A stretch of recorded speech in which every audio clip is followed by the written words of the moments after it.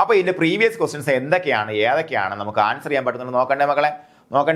നോക്കണം. ഇത്രയും പഠിച്ചതിന് ശേഷം ഈ പ്രീവിയസ് ക്വസ്റ്റ്യൻസ് എല്ലാം ആൻസർ ചെയ്യാൻ പറ്റിയില്ലെങ്കിൽ നമ്മളെ എടുത്ത് പട്ടിക്കിട്ട് കൊടുക്കണ്ടേ? എടുക്കണം. അപ്പൊ പ്രീവിയസ് ക്വസ്റ്റ്യൻ നമുക്ക് ആൻസർ ചെയ്യാൻ പറ്റണ്ടടാ? പറ്റണം. ഇത്രയും പഠിച്ചാൽ നിങ്ങൾ കൂടുതലൊന്നും പഠിക്കണ്ട.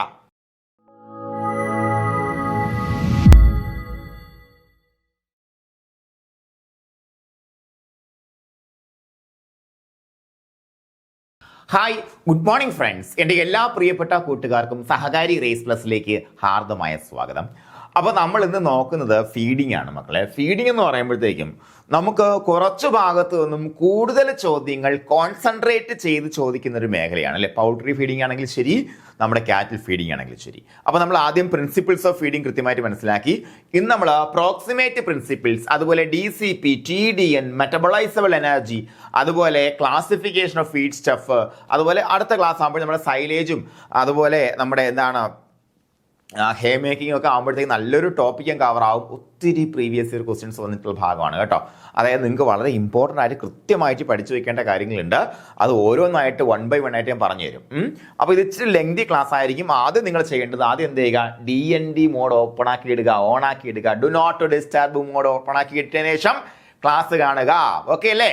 പവർ അല്ലേ?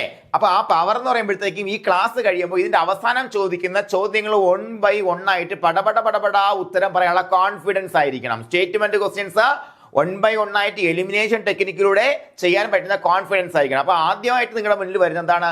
ഈ ടോപ്പിക്കുമായിട്ട് നാളെ ഇതുവരെ ചോദിച്ചിട്ടുള്ള ക്വസ്റ്റ്യൻസ് ഏതൊക്കെയാണെന്ന് നമ്മൾ മനസ്സിലാക്കേണ്ട. നോക്കാം നമുക്ക്. First of all, fat provides dash times energy than carbohydrates. കാർബോഹൈഡ്രേറ്റ്സിനേക്കാൾ കൂടുതൽ എത്ര ടൈംസ് എനർജിയാണ് ഫാറ്റ് കൊടുക്കാൻ പറ്റുക? നേരത്തെ കഴിഞ്ഞ ക്ലാസ്സിൽ പഠിച്ചതാണ്.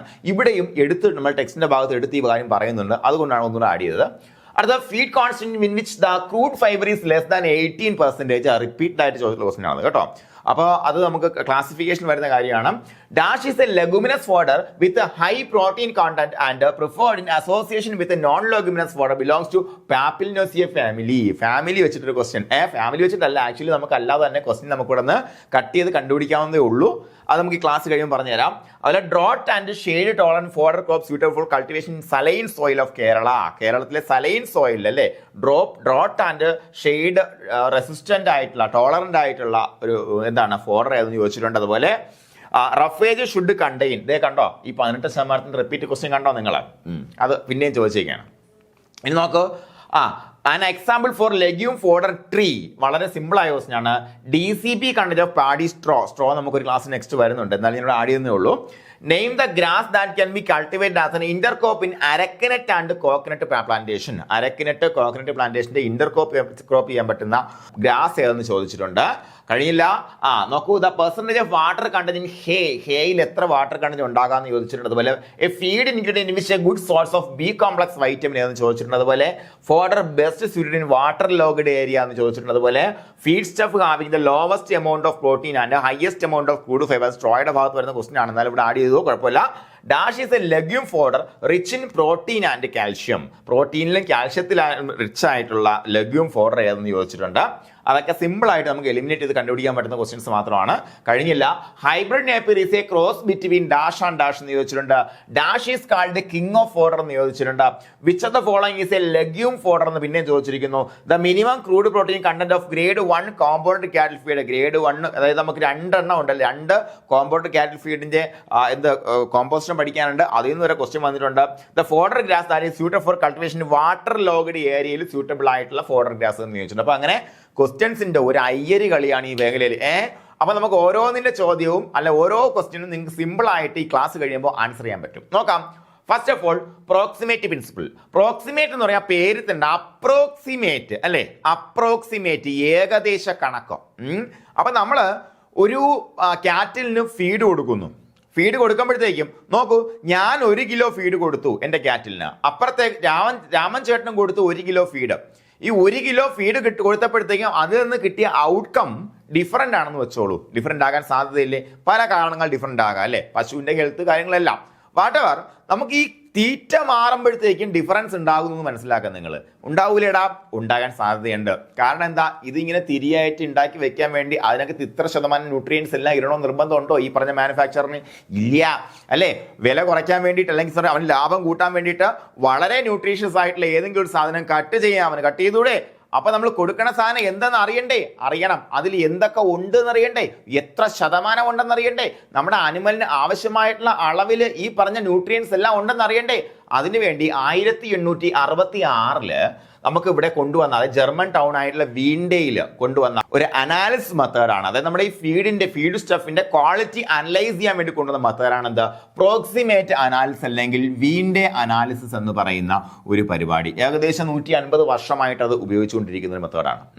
ഇനി ആരാണ് ഇത് കൊണ്ടുവന്നത്? ഹെൻബർഗും സ്റ്റോമാനും ആണ് ഇത് കൊണ്ടുവന്നത്. 2 പേര് ചേർന്നാണ് ഈ ഒരു അനാലിസിസ് കൊണ്ടുവന്നത്. അതെന്താണ്?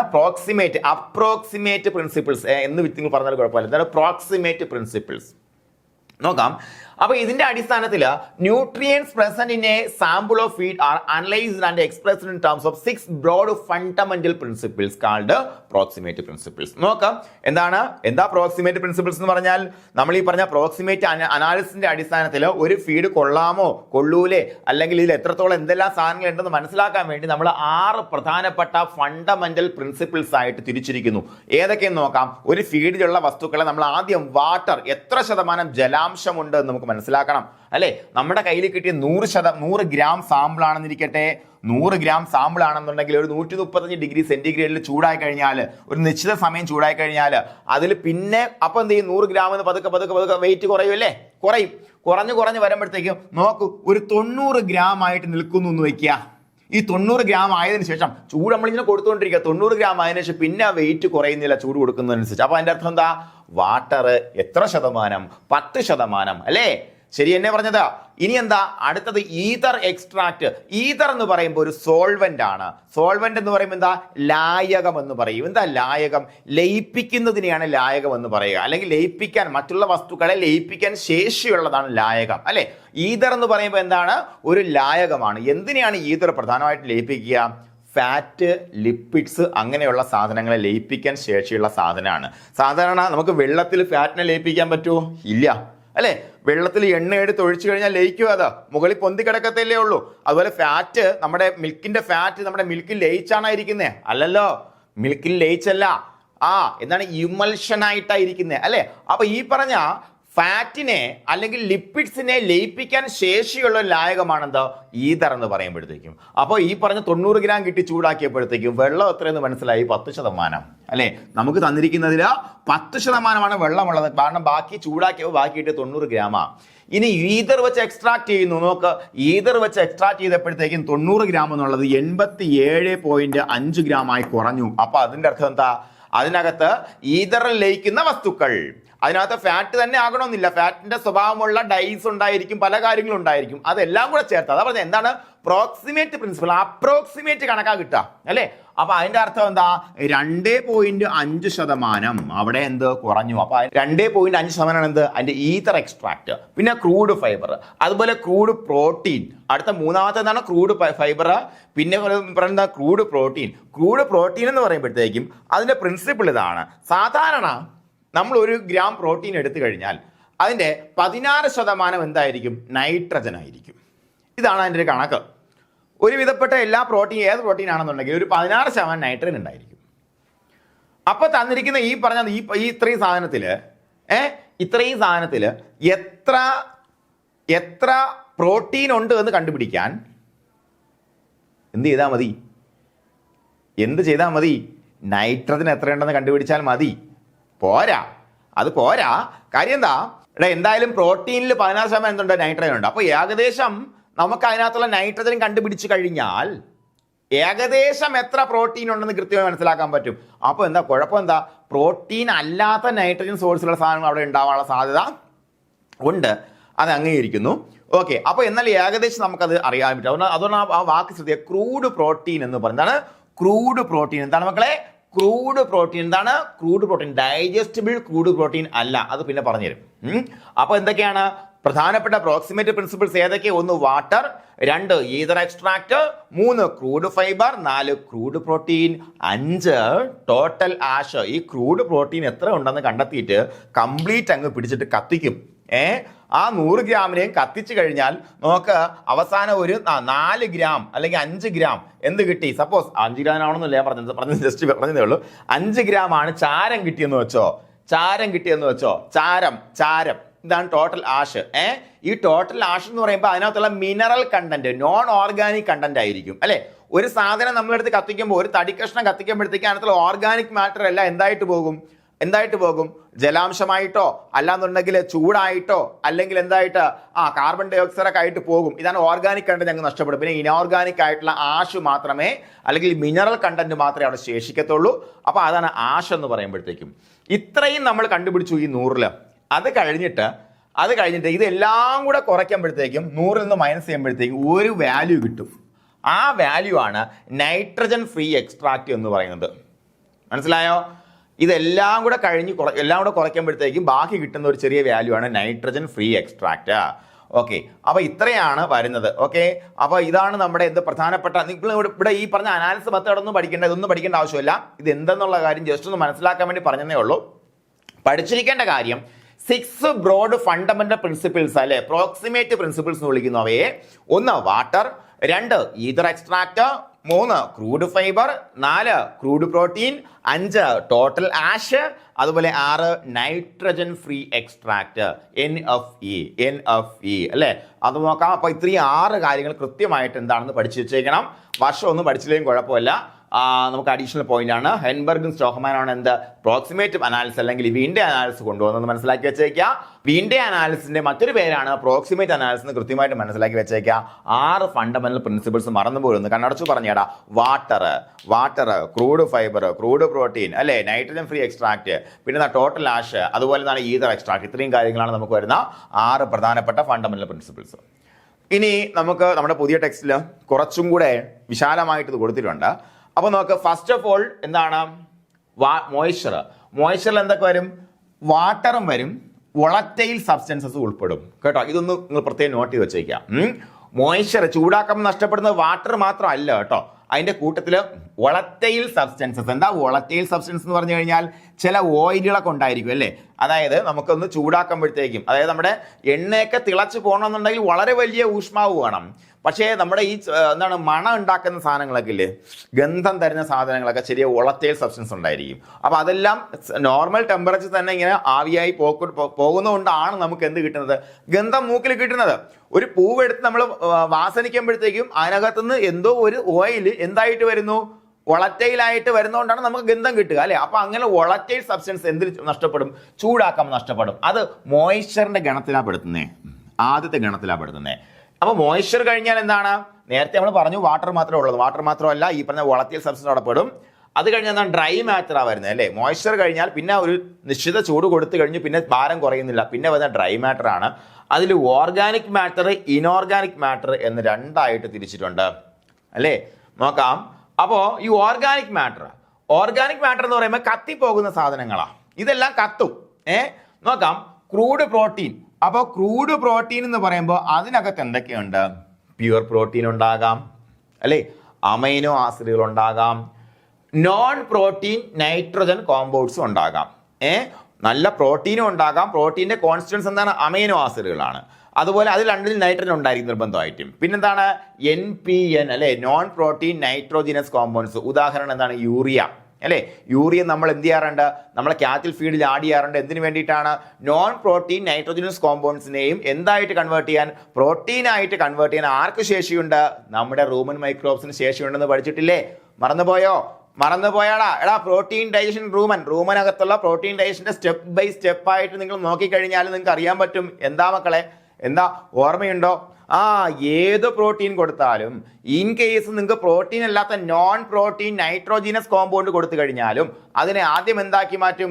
അമൈഡ് അല്ലേ, പിന്നെ അമൈനോ ആസിഡ് ആക്കി മാറ്റും, പിന്നെ എന്താക്കി മാറ്റും? ഇങ്ങനെ കൺവേർട്ട് ചെയ്ത് അവസാനം അമോണിയ ആക്കി മാറ്റിയിട്ട് ആരുപയോഗിക്കും? നമ്മുടെ റൂമൻ മൈക്രോബ്സ് ഉപയോഗിച്ച് മൾട്ടിപ്ലൈ ചെയ്യുമെന്നും അവ പോയി അബോമാസത്തിൽ ദഹിച്ചിട്ടാണ് അവയ്ക്ക് കൃത്യമായിട്ട് ഗുഡ് ക്വാളിറ്റി പ്രോട്ടീൻ കിട്ടുന്ന നമ്മൾ പഠിച്ചിട്ടുണ്ട് അല്ലേ. ഞാനിപ്പോൾ പറഞ്ഞിട്ട് മറ്റത് കേട്ടില്ലെങ്കിൽ മനസ്സിലാവില്ല, മറ്റത് പോയി ഒന്നും കൂടെ റിഫ്രഷ് ചെയ്ത് വെക്കണം കേട്ടാ. പറഞ്ഞത് കേട്ടിട്ട് മനസ്സിലായില്ല എന്നുണ്ടെങ്കിൽ അപ്പോൾ പറഞ്ഞുകൊണ്ടിരിക്കുന്ന സമയമില്ല. അപ്പോൾ എന്തൊക്കെയാ പറഞ്ഞേ? ക്രൂഡ് പ്രോട്ടീൻ എന്തൊക്കെയാ ഉള്ളതാ? പ്യുവർ പ്രോട്ടീൻ ഉണ്ടാവും, അമൈനോ ആസിഡുകൾ ഉണ്ടാവും, നോൺ പ്രോട്ടീൻ നൈട്രോജീനസ് കോമ്പൗണ്ട്സ് ഉണ്ട്. ഈ 3 കാര്യങ്ങളാണ് ക്രൂഡ് പ്രോട്ടീനകത്ത് വരിക അല്ലേ? കൃത്യമായിട്ട് മനസ്സിലാക്കി വെച്ചേക്കുക. ഈ ചാർട്ട് വേണമെങ്കിൽ ഒട്ടിച്ചോ നിങ്ങൾ. അതുപോലെ ഈതർ എക്സ്ട്രാക്ട് അല്ലെങ്കിൽ ക്രൂഡ് ഫാറ്റ് എന്ന് വിളിക്കാം. ഈതർ എക്സ്ട്രാക്ടിന്റെ മറ്റൊരു പേര് എന്താണ്? Crude fat. കാരണം ഞാൻ നേരത്തെ പറഞ്ഞു ഈതർ എന്ന് പറയുമ്പോഴത്തേക്കും നമ്മുടെ ഈ ഫാറ്റിനെ ലയിപ്പിക്കാൻ ശേഷിയുള്ള സാധനമാണെന്ന് പറഞ്ഞു. അതിനകത്ത് എന്തൊക്കെ വരും? ഫാറ്റുകൾ ഉണ്ടാകും, കോംപ്ലക്സ് ലിപ്പിഡുകൾ, ലിപ്പിഡ് എന്ന് പറയുമ്പോൾ അതും ഫാറ്റ് തന്നെയാണ്, സ്റ്റിറോൾസ്, അതുപോലെ ഫാറ്റി ആസിഡുകൾ, ഫാറ്റ് സോളബിൾ ആയിട്ടുള്ള ഡൈസ് ഏതെങ്കിലും ഉണ്ടെന്നുണ്ടെങ്കിൽ അതെല്ലാം എന്തിൽ ഉൾപ്പെടും? ഈതർ എക്സ്ട്രാക്റ്റിൽ ഉൾപ്പെടുന്ന സാധനങ്ങളാണ്. ക്രൂഡ് പ്രോട്ടീനിൽ 3 കാര്യങ്ങൾ പറഞ്ഞ് നമുക്കറിയാം. ഈതർ എക്സ്ട്രാക്റ്റിൽ ഫാറ്റ്, കോംപ്ലക്സ് ലിപ്പിഡ്, സ്റ്റീറോളുകൾ, ഫാറ്റി ആസിഡുകൾ, ഫാറ്റ് സോളബിൾ ഡൈസ് ഇതെല്ലാം നമുക്ക് ഉൾപ്പെടും. ഇതെല്ലാം ഫാറ്റുമായിട്ട് ബന്ധപ്പെട്ട സാധനങ്ങളാണ്. സ്റ്റീറോൾ, കൊളസ്റ്റിറോൾ അല്ലേ, ഫാറ്റുമായി ബന്ധപ്പെടുത്തിയല്ലേ. കോംപ്ലക്സ് ലിപ്പിഡ്, ലിപ്പിഡ് എന്ന് പറഞ്ഞാൽ എന്താണ്? അതും ലിപ്പിഡ്സ് എന്ന് പറയുമ്പോഴത്തേക്ക് ലൈക്ക് എന്താണ്, നമുക്ക് ഈ പറഞ്ഞ ഫാറ്റിനെയും ഓയിൽസിനെയും കൂടെ നമ്മൾ കമ്പയർ ചെയ്യാൻ ലിപ്പിഡ് എന്ന് പറയുക. അപ്പോൾ ഫാറ്റ് എന്ന് പറയുമ്പോഴത്തേക്ക് നമ്മുടെ റൂം ടെമ്പറേച്ചറിൽ കട്ടിയായിട്ടിരിക്കുന്ന സാധനം, മൃഗക്കൊഴുപ്പ് അല്ലേ. അപ്പോൾ നമ്മൾ ഓയിൽ എന്ന് പറയും, എണ്ണ എന്ന് പറയും. അത് നമ്മൾ എടുത്ത് ഒഴിക്കാൻ പറ്റും, മൃഗക്കൊഴുപ്പ് ഒഴിക്കാൻ പറ്റും, ചൂടാക്കിയാൽ മാത്രമേ ഒഴിക്കാൻ പറ്റത്തുള്ളൂ, അത്രയേ ഉള്ളൂ. അപ്പോൾ fat, complex lipids, steroids, fatty ആസിഡുകൾ. ഫാറ്റി ആസിഡുകളോട് അമിനോ ആസിഡ് എന്ന് പറഞ്ഞില്ലേ, പ്രോട്ടീൻ്റെ ഘടകങ്ങൾ അമിനോ ആസിഡാണെന്ന് പറഞ്ഞു. അതുപോലെ ഫാറ്റിന്റെ ഘടകങ്ങൾ എന്താണ്? ഫാറ്റി ആസിഡുകളാണ്. അതുപോലെ ഫാറ്റ് സോളബിൾ ഡൈസ്, ഫാറ്റിൽ ലയിക്കുന്ന ഡൈസ് എന്തെങ്കിലും നമ്മൾ ഈ പറഞ്ഞ സാധനത്തിൽ ഉണ്ടെന്ന് പറഞ്ഞെങ്കിൽ അതും എന്തിൽ ഉൾപ്പെടും? ഈതർ എക്സ്ട്രാക്റ്റിൽ ഉൾപ്പെടും. ഇനി എന്താ ക്രൂഡ് ഫൈബറിൽ വരുന്നത്? ക്രൂഡ് ഫൈബർ എന്ന് പറയുമ്പോൾ അതിനകത്തുള്ള സെല്ലോസ് എന്ന് പറയുമ്പോൾ കോശഭിത്തി ഉണ്ടാക്കുന്ന അല്ലെ, നമ്മുടെ സസ്യലോകത്തിന്റെ ഏറ്റവും കൂടുതൽ ഭാഗത്ത് കാണപ്പെടുന്ന അല്ലെങ്കിൽ ഏറ്റവും കൂടുതൽ അബണ്ടന്റ് ആയിട്ട് കാണപ്പെടുന്ന സാധനമാണ് സെല്ലോസ് എന്ന് പറഞ്ഞു. കാരണം എന്താണ്? കോശഭിത്തി ഉണ്ടാക്കുന്ന സെല്ലോസ് കൊണ്ടാണ്. അതൊരു കാർബോഹൈഡ്രേറ്റ് ആണ്, നിങ്ങൾക്ക് അറിയാം. അപ്പോൾ സെല്ലോസ് ആർക്ക് ദഹിപ്പിക്കാൻ ശേഷിയുണ്ട്? സെല്ലുലേസ് എന്ന എൻസൈമിന്റെ സഹായത്തോടു കൂടി നമ്മുടെ റൂമനിൽ കാണപ്പെടുന്ന ബാക്ടീരിയാസിന് ദഹിപ്പിക്കാനുള്ള ശേഷിയുണ്ടെന്നൊക്കെ പഠിച്ചു, നമ്മൾ പഠിച്ചു. അപ്പോൾ എന്താ ക്രൂഡ് ഫൈബർ വരുന്നത്? സെല്ലുലോസ്, ഹെമി സെല്ലോസ്, ഇത് രണ്ടും ദഹിക്കും. ലിഗ്നിൻ ദഹിക്കൂല കേട്ടോ, ലിഗ്നിൻ ദഹിക്കൂല. തടി തിന്നുവോ പശു? തടി തിന്നുവാ? ഇല്ല. ഈ തടി പണ്ട് സെല്ലോസ് ആയിരുന്നില്ലേ, അത് ലിഗ്നിഫൈഡ് ആയി, ലിഗ്നിനായി കട്ടിയുള്ള ഭയങ്കര കട്ടിയുള്ള നാരായി കഴിഞ്ഞാൽ പിന്നെ ദഹിക്കില്ല. മനസ്സിലായില്ലേ? അപ്പോൾ അതുകൊണ്ടാണ് നമ്മൾ എപ്പോഴും ഈ ഹാർവെസ്റ്റിംഗ് ചെയ്യുമ്പോഴത്തേക്കും, ഹേ മേക്കിങ്ങിന് വേണ്ടിയിട്ടോ സൈലേജ് മേക്കിങ്ങിന് വേണ്ടി ഹാർവെസ്റ്റ് ചെയ്യുമ്പോഴത്തേക്കും, എസ്പെഷ്യലി ഹേ മേക്കിങ്ങിൽ ഹാർവെസ്റ്റ് ചെയ്യുമ്പോഴത്തേക്കും പ്രീ ഫ്ലവറിങ് സ്റ്റേജിൽ ചെയ്യണം, ഒരു 10% ബ്ലൂമിൽ ചെയ്യണമെന്ന് പറഞ്ഞത്. കാര്യം എന്താണ്? ലിഗ്നിൻ കണ്ടന്റ് കുറയ്ക്കാൻ വേണ്ടിയിട്ടാണ്. മൊത്തം പൂത്ത് കഴിഞ്ഞാൽ പിന്നെ കംപ്ലീറ്റ് ലിഗ്നിനായി പോകും അല്ലേ, പിന്നെ അത് ദഹിക്കാനൊന്നും ഉണ്ടാവില്ല. സെല്ലോസ്, ഹെമി സെല്ലോസ് ഒക്കെ മാറി ലിഗ്നിനായിട്ട് മാറും. അതാണ് പലപ്പോഴും നമ്മുടെ എന്തിൽ കിട്ടുന്നത്? സ്ട്രോ എന്ന് പറയുമ്പോൾ വൈക്കോല് മൊത്തം ലിഗ്നിനാണ്. അതുകൊണ്ടാണ് അതിൻ്റെ TDN, ടോട്ടൽ ഡൈജസ്റ്റബിൾ ന്യൂട്രിയൻസ് ഒക്കെ വളരെ കുറവായിട്ടിരിക്കുന്നത്. അപ്പോൾ ക്രൂഡ് ഫൈബർ എന്തൊക്കെ വരും? Cellulose, hemi cellulose and lignin. 3 കാര്യങ്ങളാണ് ഇതിൽ വരിക, ക്രൂഡ് ഫൈബറിൽ വരിക. ഇനി എന്താ? നൈട്രജൻ ഫ്രീ എക്സ്ട്രാക്ട് അല്ലേ. അതിനകത്ത് എന്തൊക്കെ വരും മക്കളെ? പ്രീവിയസ് ഇയർ ക്വസ്റ്റ്യൻ ചോദിച്ചിട്ടുണ്ട്. സോളബിൾ കാർബോഹൈഡ്രേറ്റ് വരുന്നുണ്ട് അല്ലേ. അതുപോലെ എന്താ? ഹെമി സെല്ലുലോസ് വരുന്നുണ്ട്, കുറച്ച് ലിഗ്നിൻ്റെ പാർട്ട്, കുറച്ച് പെക്റ്റിൻ, അതുപോലെ ഓർഗാനിക് ആസിഡുകൾ വരുന്നുണ്ട്, ടാനിൻ വരുന്നുണ്ട്, വാട്ടർ സോളബിൾ ഡൈസ് എല്ലാം വരുന്നുണ്ട്. ഇത്രയാണ് നൈട്രജൻ ഫ്രീ എക്സ്ട്രാക്റ്റിൽ വരിക. നോക്കൂ, ഇതെല്ലാം കഴിഞ്ഞിട്ട് ബാക്കി എത്ര ഡിഫറൻസ് ഉണ്ട് അത് വെച്ചാൽ നമ്മൾ നൈട്രജൻ ഫ്രീ എക്സ്ട്രാക്റ്റ് നമ്മൾ എന്ത് ചെയ്യുന്നത് കണക്കാക്കുന്നത്. സോളബിൾ കാർബോഹൈഡ്രേറ്റും അതിനകത്ത് വരുന്ന സാധനമാണ്. ഓക്കെ, അപ്പോൾ ഇതും നമ്മുടെ TDN വാല്യൂവിൽ വളരെ ഇമ്പോർട്ടൻ്റ് ആയിട്ടുള്ള പങ്ക് വഹിക്കുന്ന സാധനം. TDN വാല്യൂ എത്രയാണെന്ന് കണക്കാക്കാൻ. എന്താ TDN? Total digestible nutrients. TDN value ആണ് ഒരു ഫീഡ് കൊള്ളാമോ ഇല്ലയോ തീരുമാനിക്കുന്നത്. പറഞ്ഞുതരാം, എല്ലാവരും വരാം. ഇനി എന്താ? ഇത്രയും ഓർഗാനിക് മാറ്റർ, അത് കഴിഞ്ഞ് ഇനോർഗാനിക് മാറ്ററിൽ ക്രൂഡ് ആഷ്, അതിനകത്ത് പ്യൂർ ആഷ്, ഓർഗാനിക് റെസിഡ്യൂ എന്ന് പറയുമ്പോൾ കത്തിപ്പോയ സാധനത്തിന് ബാക്കി എന്തെങ്കിലും പൊടി പഠനങ്ങളൊക്കെ ഉണ്ടെങ്കിൽ അതും ഉണ്ടാവും. പ്യൂർ ആഷ് അത് മൊത്തം എന്തായിരിക്കും? മിനറൽസ് ആയിരിക്കും വരുന്നത് അല്ലേ. ഓക്കെ, സോഡിയം ആകട്ടെ, അല്ലെങ്കിൽ കാൽഷ്യം ആകട്ടെ, ഫോസ്ഫറസ് ആകട്ടെ, അതുപോലുള്ള മിനറൽസ് ആയിരിക്കും വരാൻ സാധ്യതയുള്ളത്. അപ്പോൾ ഇതൊക്കെയാണ് കമ്പോണൻസ് എന്ന് പറയുമ്പോഴത്തേക്കും. കമ്പോണൻസ് ഒന്നുകൂടെ ഡീറ്റെയിൽഡ് ആയിട്ട് നമ്മുടെ പുതിയ പുസ്തകത്തിൽ കൊടുത്തിട്ടുണ്ട്. അത് കൃത്യമായിട്ട് ചാർട്ട് ഒട്ടിച്ച് വെച്ചേക്കുക. പ്രോക്സിമേറ്റ് പ്രിൻസിപ്പിൾസിൻ്റെ കമ്പോണൻസ്. ഇനി നമുക്ക് the approximate principles are expressed as percentage by weight basis and more commonly on dry matter basis അല്ലേ. നമുക്ക് നോക്കാം, എപ്പോഴും ആ ഒരു ഡ്രൈ മാറ്റർ ബേസിലാണ് എന്ത് പറയുക? പ്രോക്സിമേറ്റ് പ്രിൻസിപ്പിൾസ് പറയുക.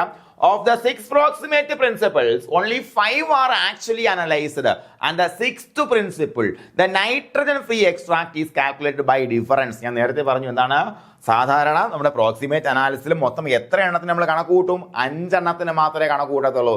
അപ്പോൾ ഈ 5 എണ്ണത്തിന്റെ പെർസെൻറ്റേജ് കണ്ടുപിടിച്ചതിന് ശേഷം എന്ത് ചെയ്യും? ആദ്യം നമ്മുടെ കയ്യിൽ 100 ഗ്രാം ഉണ്ടായിരുന്നു, ആ 100 ഗ്രാമിൽ നിന്ന് അങ്ങോട്ട് കുറയ്ക്കും, ബാക്കി എത്ര കിട്ടും? ഇതാണ് എന്താ, ഇതിനിടയ്ക്ക് ഇത് നഷ്ടപ്പെട്ടു പോകും. മനസ്സിലായില്ലേ? അതാണ് നൈട്രജൻ ഫ്രീ എക്സ്ട്രാക്ട് എന്ന് പറയുന്നത്. എന്താണ് നൈട്രജൻ ഫ്രീ എക്സ്ട്രാക്ട് എന്ന് പറയുമ്പോഴത്തേക്കും? അപ്പോൾ അതുപോലെ റൊട്ടീൻ ഫീഡ് അനാലിസിസിലെ ലിപ്പിഡ്സ് എങ്ങനെ ഈതർ എക്സ്ട്രാക്ട് എന്ന രീതിയിലാണ് നമ്മൾ നേരത്തെ പറഞ്ഞാൽ. ലിപ്പിഡ്സ് എന്ന് പറയുമ്പോഴത്തേക്കും ഈതർ എക്സ്ട്രാക്ട് ആണ്, അത് നമ്മൾ പഠിച്ചതാണ്, നേരത്തെ പറഞ്ഞാണ്. അപ്പോൾ ഇത് ഇത്രയും കാര്യങ്ങൾ മനസ്സിലാക്കി വെച്ചേക്കാം. എന്ത് നമ്മൾ ഈ പറഞ്ഞ ബാക്കി 5 എണ്ണം കണക്ക് കൂട്ടുമ്പോൾ എന്തെങ്കിലും എറർ വന്നാൽ അത് എവിടെ റിഫ്ലക്ട് ചെയ്യും? എവിടെ റിഫ്ലക്ട് ചെയ്യും? എടാ ഇവിടെ നൈട്രജൻ ഫ്രീ എക്സ്ട്രാക്റ്റിൽ റിഫ്ലക്ട് ചെയ്യും ഇല്ലേ? മനസ്സിലായോ പറഞ്ഞത്? ബാക്കി 5 എണ്ണം നമ്മൾ കാൽക്കുലേറ്റ് ആക്കുന്നുള്ളൂ. 5 എണ്ണം കാൽക്കുലേറ്റ് ആക്കുന്നു. ഈ 5 എണ്ണം കാൽക്കുലേറ്റ് ആക്കിയതിനു ശേഷം നമ്മൾ എന്ത് ചെയ്യുന്നു? 5 എണ്ണത്തിന് കിട്ടിയ വെയിറ്റുകൾ കുറയ്ക്കുകയാണ്. അപ്പോൾ ഈ പറഞ്ഞ സാധനം എവിടെയോ നഷ്ടപ്പെട്ടു പോയി എന്നുള്ളതാണ്. നമ്മൾ ഈ പ്രവർത്തിക്കിടയിൽ എവിടെയോ നഷ്ടപ്പെട്ടു പോയി. അപ്പോൾ ബാക്കി എത്രയുണ്ട്? അവയെ നമ്മൾ നൈട്രജൻ ഫ്രീ എക്സ്ട്രാക്ട് എന്ന പേരിൽ കൂട്ടും. കുറച്ചധികം ഉണ്ടാവും അത്, മനസ്സിലായില്ലേ? പക്ഷേ ഈ 5 എണ്ണം കാൽക്കുലേറ്റ് ചെയ്യുന്നതിൽ എവിടെയെങ്കിലും എന്തെങ്കിലും പിഴവ് സംഭവിച്ചാലും സംഭവിക്കും, നൈട്രജൻ ഫ്രീ എക്സ്ട്രാക്റ്റിൽ കുറയും അല്ലേ? മനസ്സിലായ? അത് കൃത്യമായിട്ട് ഓർത്ത് വെച്ചേക്കുക കേട്ടോ. അപ്പോൾ നമുക്ക് ക്രൂഡ് ഫൈബർ എന്ന് പറയുമ്പോൾ പ്രധാനമായിട്ടും സോഴ്സ് ഓഫ് എനർജിയാണ്. അതുപോലെ ഈതർ എക്സ്ട്രാക്ട് എന്ന് പറയുമ്പോൾ അതും സോഴ്സ് ഓഫ് എനർജിയാണ്. ക്രൂഡ് പ്രോട്ടീൻ നമുക്ക് എനർജി സോഴ്സ് ആയിട്ടും പ്രോട്ടീൻ സോഴ്സ് ആയിട്ടും വരും. അതുപോലെ നൈട്രജൻ ഫ്രീ എക്സ്ട്രാക്റ്റും എന്താണ് പ്രധാനപ്പെട്ട സോഴ്സ് ഓഫ് എനർജിയാണ്. അപ്പോൾ ഈ 4 കാര്യങ്ങളോട് ചേർത്തുകൊണ്ടാണ് നമ്മൾ എന്തുണ്ടാക്കുക? ഒരു ഫീഡിന്റെ ക്വാളിറ്റി എത്രയും നിർണ്ണയിക്കുക. അതിന്റെ ഫോർമുല എല്ലാം പറഞ്ഞുതരാം. നോക്കാം. Quality of feed is determined by the ability of the feed to supply energy or protein. അതായത് ഒരു ഫീഡിന്റെ എബിലിറ്റി അല്ലേ, എന്ത് സപ്ലൈ ചെയ്യാനുള്ള എനർജി അല്ലെങ്കിൽ പ്രോട്ടീൻ സപ്ലൈ ചെയ്യാനുള്ള എബിലിറ്റിയുടെ അടിസ്ഥാനത്തിലാണ് ഒരു ഫീഡ് ക്വാളിറ്റി ഉണ്ടോ ഇല്ലയോ എന്നുള്ള കാര്യം നമ്മൾ തീരുമാനിക്കുന്നത്. അതുപോലെ it is important to note that an animal can draw energy from എന്തൊക്കെയാണ്? CF ക്രൂഡ് ഫൈബറിൽ നിന്ന് എനർജി കിട്ടും, ഈതർ എക്സ്ട്രാക്റ്റിൽ നിന്ന് എനർജി കിട്ടും, നൈട്രജൻ ഫ്രീ എക്സ്ട്രാക്റ്റിൽ നിന്നും എനർജി കിട്ടും, അതുപോലെ CP ക്രൂഡ് പ്രോട്ടീനിൽ നിന്നും നമുക്ക് എനർജി കിട്ടും അല്ലേ? അതുപോലെ ഇവിടെ നമുക്ക് എനർജിയും വേണം പ്രോട്ടീനും വേണം പ്രധാനമായിട്ടും അല്ലേ? ഇതിലെല്ലാം എനർജി കിട്ടുമെന്നുണ്ടെങ്കിൽ കൂടിയും ഇവിടെ നമുക്ക് പ്രോട്ടീൻ്റെ സോഴ്സ് ആയിട്ട് പറയാൻ പറ്റുന്ന ഒരെണ്ണം മാത്രമേ ഉള്ളൂ. എന്താണ്? ക്രൂഡ് പ്രോട്ടീൻ മാത്രമേ ഉള്ളൂ. അപ്പോൾ ബാക്കിയുള്ളതെല്ലാം എന്താണ്? സോഴ്സ് ഓഫ് എനർജിയാണ്. അതും സോഴ്സ് ഓഫ് എനർജിയാണ്. അതിനോടൊപ്പം എന്താണത്? പ്രോട്ടീൻ്റെ സോഴ്സും കൂടെയാണ് അല്ലേ? Protein can either B utilised both vase. അതായത് പ്രോട്ടീൻ ഉപയോഗിച്ച് കഴിഞ്ഞാൽ നമുക്ക് എനർജിയും കിട്ടും, അതിനോടൊപ്പം എന്ത് കിട്ടും? പ്രോട്ടീൻ്റെ സോഴ്സ് വേണ്ടേ? അമിനോ ആസിഡ് വേണ്ടേ? വേണം. ഓക്കെ, അപ്പോൾ അത് കൃത്യമായിട്ട് മനസ്സിലാക്കി വെച്ചേക്കാം. നമുക്കറിയാം നമ്മുടെ ഫാം അനിമൽസിനെ സംബന്ധിച്ചോളം നമ്മുടെ TDN എന്ന് പറയുമ്പോഴത്തേക്ക് ഇത്രയേ ഉള്ളൂ, ഡൈജസ്റ്റ് ചെയ്യണ ഭാഗം, ബാക്കിയുള്ളത് എക്സ്ക്രീറ്റ് ആയി പുറത്ത് പോകും എന്നുള്ള കാര്യം മനസ്സിലാക്കി വെച്ചേക്കാം. ഇവിടെ അറിഞ്ഞിരിക്കേണ്ട കാര്യം എന്താണ്? പ്രോക്സിമേറ്റ് പ്രിൻസിപ്പിൾസ് കണക്കാക്കുമ്പോഴത്തേക്ക് ഈതർ എക്സ്ട്രാക്ട് എന്ന് പറയും ഫാറ്റ്, അതുപോലെ എന്താണ് ജൽദാൽ മെത്തേഡ് വെച്ചിട്ടാണ് പ്രോട്ടീൻ അനലൈസ് ചെയ്യുന്നത്. ജൽദാൽ മെത്തേഡ് കേട്ടോ, ഞാൻ പറഞ്ഞുതരാം, ക്വസ്റ്റ്യനിലുണ്ട്. ഓക്കെ, അപ്പോൾ അതൊന്നും മനസ്സിലാക്കി വെച്ചേക്കുക. അപ്പോൾ ഇതെന്താണ്?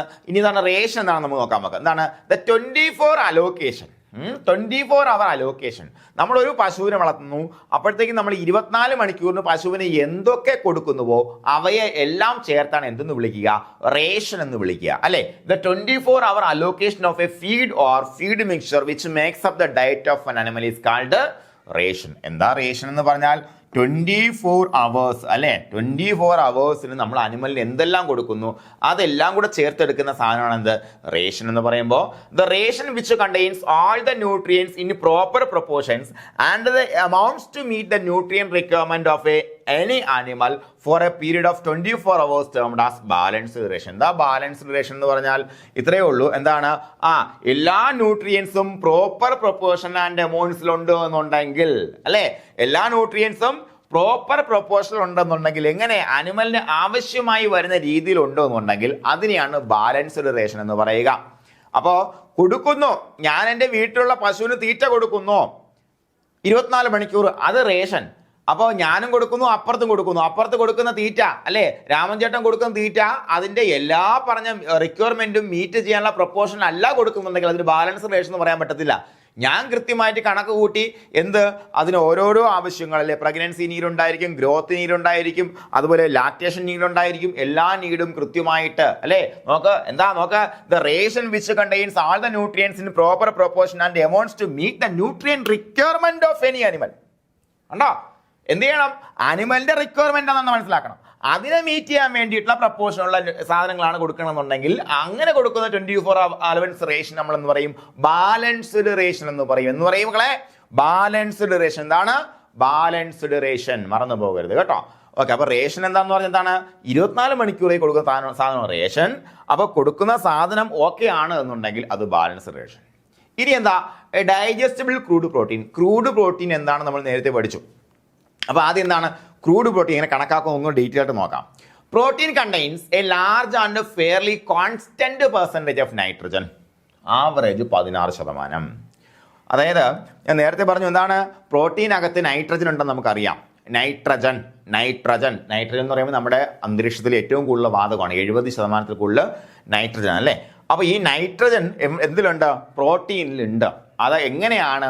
കോൺസ്റ്റന്റ് പെർസെൻറ്റേജ് ആണ്. ആൾമോസ്റ്റ് ഫെയർലി കോൺസ്റ്റന്റ് ആയിട്ട് ഉള്ളത് അല്ലേ. കോൺസ്റ്റന്റ് പെർസെൻറ്റേജ് ഉണ്ട്. അതെത്ര? 16% ഓൺ ആൻ ആവറേജ്. എത്ര? 16%. പ്രോട്ടീൻസ് എത്ര? 16%. നമ്മൾ പ്രോട്ടീനിൽ 16% എന്തുണ്ട്? നൈട്രജൻ ഉണ്ട്. അപ്പൊ അതുകൊണ്ട് തന്നെ എന്ത് ചെയ്യാൻ പറ്റും? നമുക്ക് ഒരു ഫീഡ് സ്റ്റഫിൽ എത്ര നൈട്രജൻ ഉണ്ടെന്ന് കണ്ടെത്തി കഴിഞ്ഞാൽ ഇത്രയേ ഉള്ളൂ. എന്താണ്? The protein estimated by multiplying the total nitrogen by the factor 6.25 is called crude protein. അപ്പൊ എന്ത് ചെയ്യും?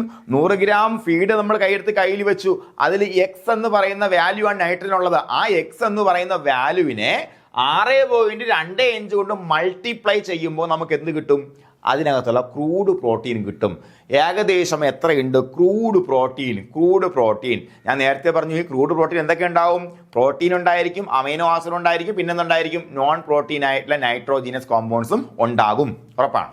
അപ്പൊ നോക്കാം, generally 75% of crude protein is digested and this portion of protein is called DCP. അപ്പോൾ നോക്ക്, സാധാരണ നമ്മൾ അതിന്റെ സാധാരണ ഒരു ഫീഡ് സ്റ്റെപ്പിന്റെ CP കണ്ടെത്തി കഴിഞ്ഞാൽ, ക്രൂഡ് പ്രോട്ടീൻ കണ്ടെത്തി കഴിഞ്ഞാൽ അതിന്റെ 75% എന്ത്? ഡൈജസ്റ്റ് ആകുന്നത്. അപ്പൊ അങ്ങനെയുള്ളതിനെ ആ ഡൈജസ്റ്റ് ആകുന്ന ഭാഗത്തിന് പറയുന്ന പേരാണെന്ത്? DCP, digestible crude protein. എന്താണ് മക്കളെ? Digestible crude protein. ആ വാക്യത്തിന് ഡൈജസ്റ്റബിൾ, ദഹിക്കുന്ന അല്ലെ. ക്രൂഡ് പ്രോട്ടീനിൽ ദഹിക്കുന്ന ഭാഗം, അതാണ് ഡൈജസ്റ്റബിൾ ക്രൂഡ് പ്രോട്ടീൻ അല്ലെ. അപ്പൊ എന്താണ് ഡൈജസ്റ്റബിൾ ക്രൂഡ് പ്രോട്ടീൻ? നോക്കൂ, പ്രോട്ടീനകത്ത് എത്ര? 16% എന്തുള്ളത്? നൈട്രജൻ ഉള്ളത്. അതുകൊണ്ട് തന്നെ നമ്മൾ ടോട്ടൽ നൈട്രജനെ കണ്ടെത്തിയിട്ട് ക്രൂഡ് പ്രോട്ടീൻ കണ്ടെത്താൻ വേണ്ടി 6.25 കൊണ്ട് ആ കിട്ടിയ നൈട്രജന്റെ വാല്യൂനെ മൾട്ടിപ്ലൈ ചെയ്യും. അപ്പൊ നമുക്ക് ക്രൂഡ് പ്രോട്ടീൻ കിട്ടും. അപ്പൊ എക്സ് ഓർ വൈ ഒരു വാല്യൂ നമുക്ക് കിട്ടും. അതിന്റെ 75% സാധാരണ ദഹിക്കാറുള്ളത്. അപ്പൊ അതിനെയാണ് നമ്മൾ എന്ന് പറയുക DCP എന്ന് പറയുക. DCP എപ്പോഴും നമ്മുടെ അനിമൽസിന്റെ പ്രോട്ടീൻ റിക്വയർമെന്റ്സ് എന്തിലെ എക്സ്പ്രസ് ചെയ്യാറുള്ളൂ? DCPയിലെ എക്സ്പ്രസ് ചെയ്യാറുള്ളൂ. DCP digestible crude protein. എന്താണ് മക്കളെ?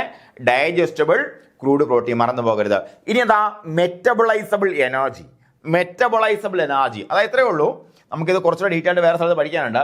ദ എനർജി റിക്വയർമെന്റ് ഓഫ് പൗൾട്രിയെ സംബന്ധിച്ചിടത്തോളം നമ്മൾ കിലോ കാലറിയിലാണ് നമ്മൾ എന്ത് ചെയ്യുക? എനർജി റിക്വയർമെന്റ് പറയുക അല്ലെ.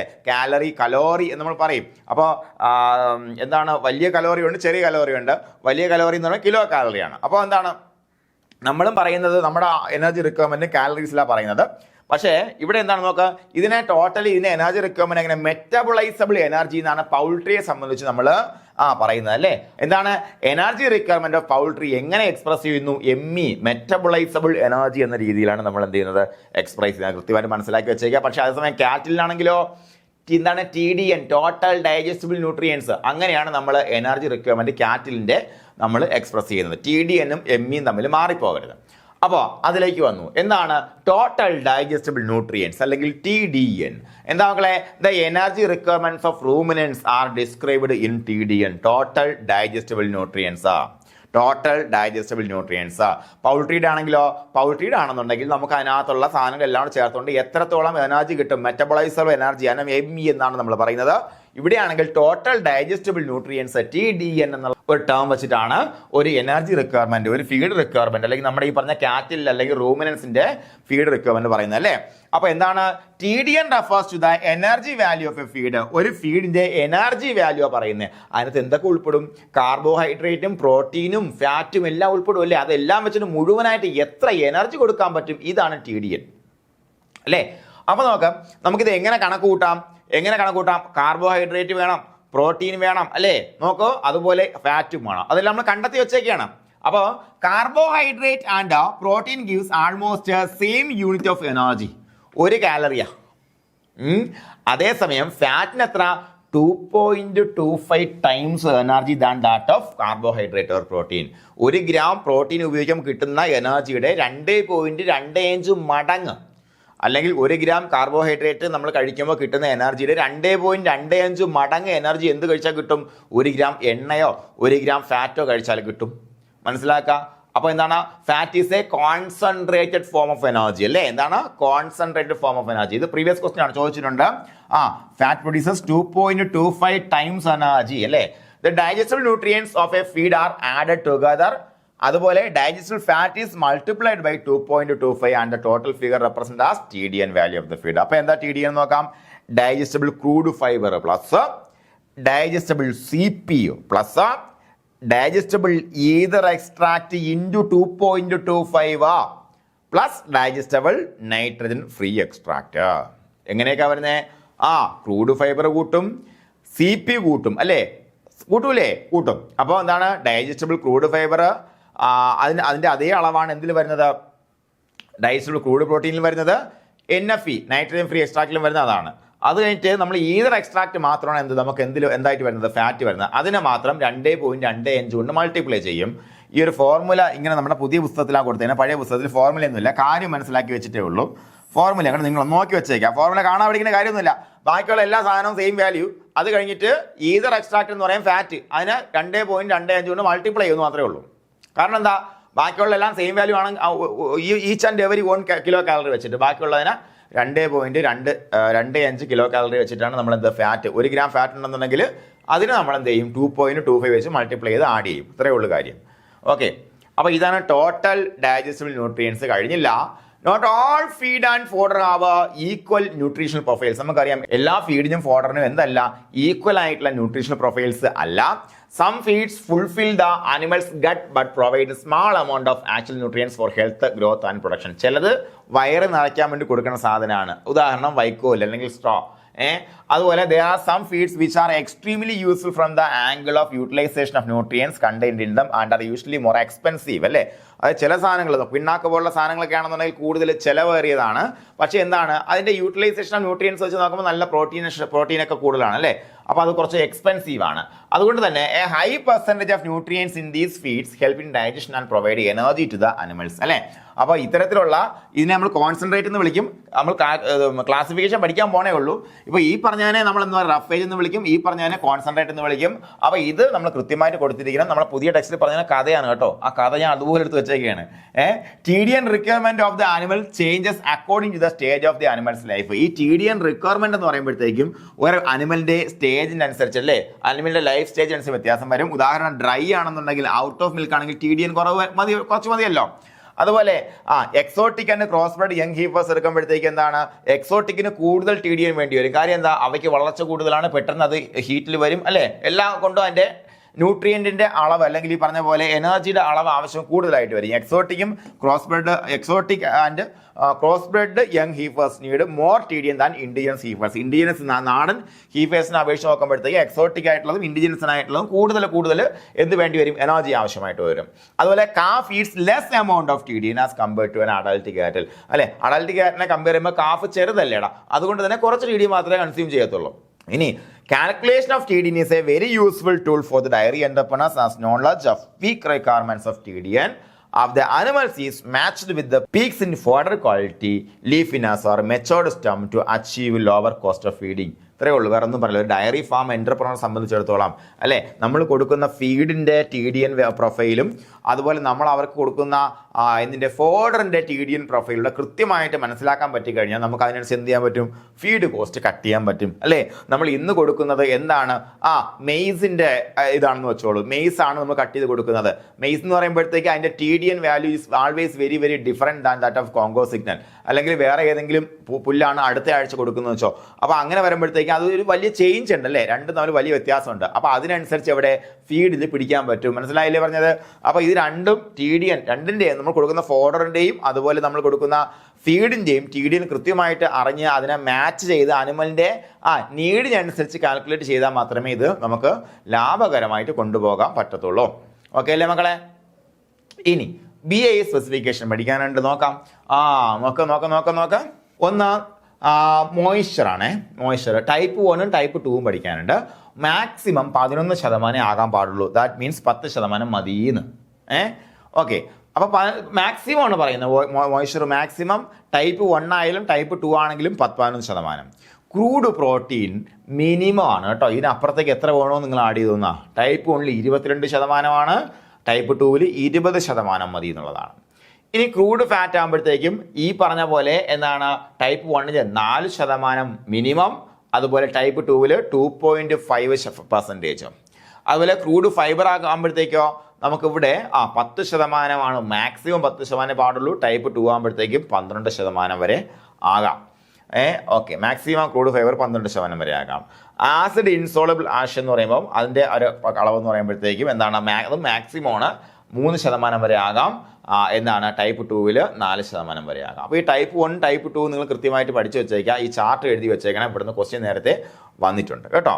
ഓക്കെ, ഇനി നമുക്ക് ഫീഡ് മിക്സിംഗ് ആണ് നോക്കാം. There are different forms in which the concentrate feeds are prepared. ഒരുപാട് വഴികളുണ്ട്. പെല്ലറ്റിംഗ് ആണ് പ്രധാനമായിട്ടുള്ളത്. പെല്ലറ്റിംഗ് എന്ന് പറയുമ്പോഴത്തേക്കും നമ്മളൊക്കെ പെല്ലറ്റ് കണ്ടു തുടങ്ങിയിട്ട് കാലം കുറച്ചായുള്ളൂ അല്ലേ. തിരുത്തീറ്റ എന്ന് പറഞ്ഞ സംഭവം നമ്മളൊക്കെ ജനിച്ചതിന് ശേഷം 80s കിഡ്സ്, ഞാനൊക്കെ 87 നവംബറാണ്. എൻ്റെ പ്രായം കണക്കൂട്ടി വെച്ചേക്കല്ലേ നിങ്ങൾ.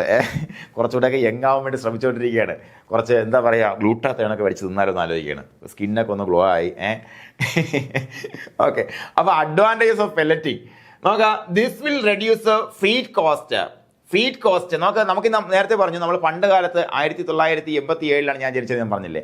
അപ്പോൾ ഈ പറഞ്ഞ സമയത്ത് 87 ജനിച്ച സമയത്തല്ല, 90-കൾ 91 92 കാലയളവിലൊക്കെ നമ്മളൊക്കെ പശുവിനെ വളർത്തുന്ന സമയമാണ്. എനിക്ക് 4-5 വയസ്സൊക്കെ ഉള്ള സമയത്ത്.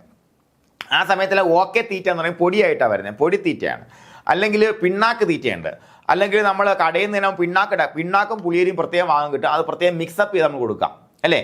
അല്ലാണ്ട് ഇത് പെല്ലറ്റായിട്ട് ഒരൊറ്റ ഐഡിയ ആയിട്ട് ഒരു സാധനം വന്നിട്ടില്ല ആ സമയത്ത്. പിന്നെയാണ് പെല്ലറ്റിംഗ് സ്റ്റാർട്ട് ചെയ്തത്. പെല്ലറ്റിങ്ങിൻ്റെ ഗുണങ്ങൾ നോക്കാം. അഡ്വാൻറ്റേജസ് ഓഫ് പെല്ലറ്റിംഗ് എന്തൊക്കെയാണ്? This will reduce feed cost. നമ്മൾ ഈ പറഞ്ഞ പോലെ പൊടിത്തീറ്റ ആകുമ്പോഴത്തേക്കും കുറച്ചധികം ബൾക്ക് വരും. മറ്റേതാകുമ്പോൾ നല്ല ഹാർഡായിട്ട് ഇതിനെ ഞെരിക്കുകയാണ് തിരിയാക്കി മാറ്റുന്നത് അല്ലേ.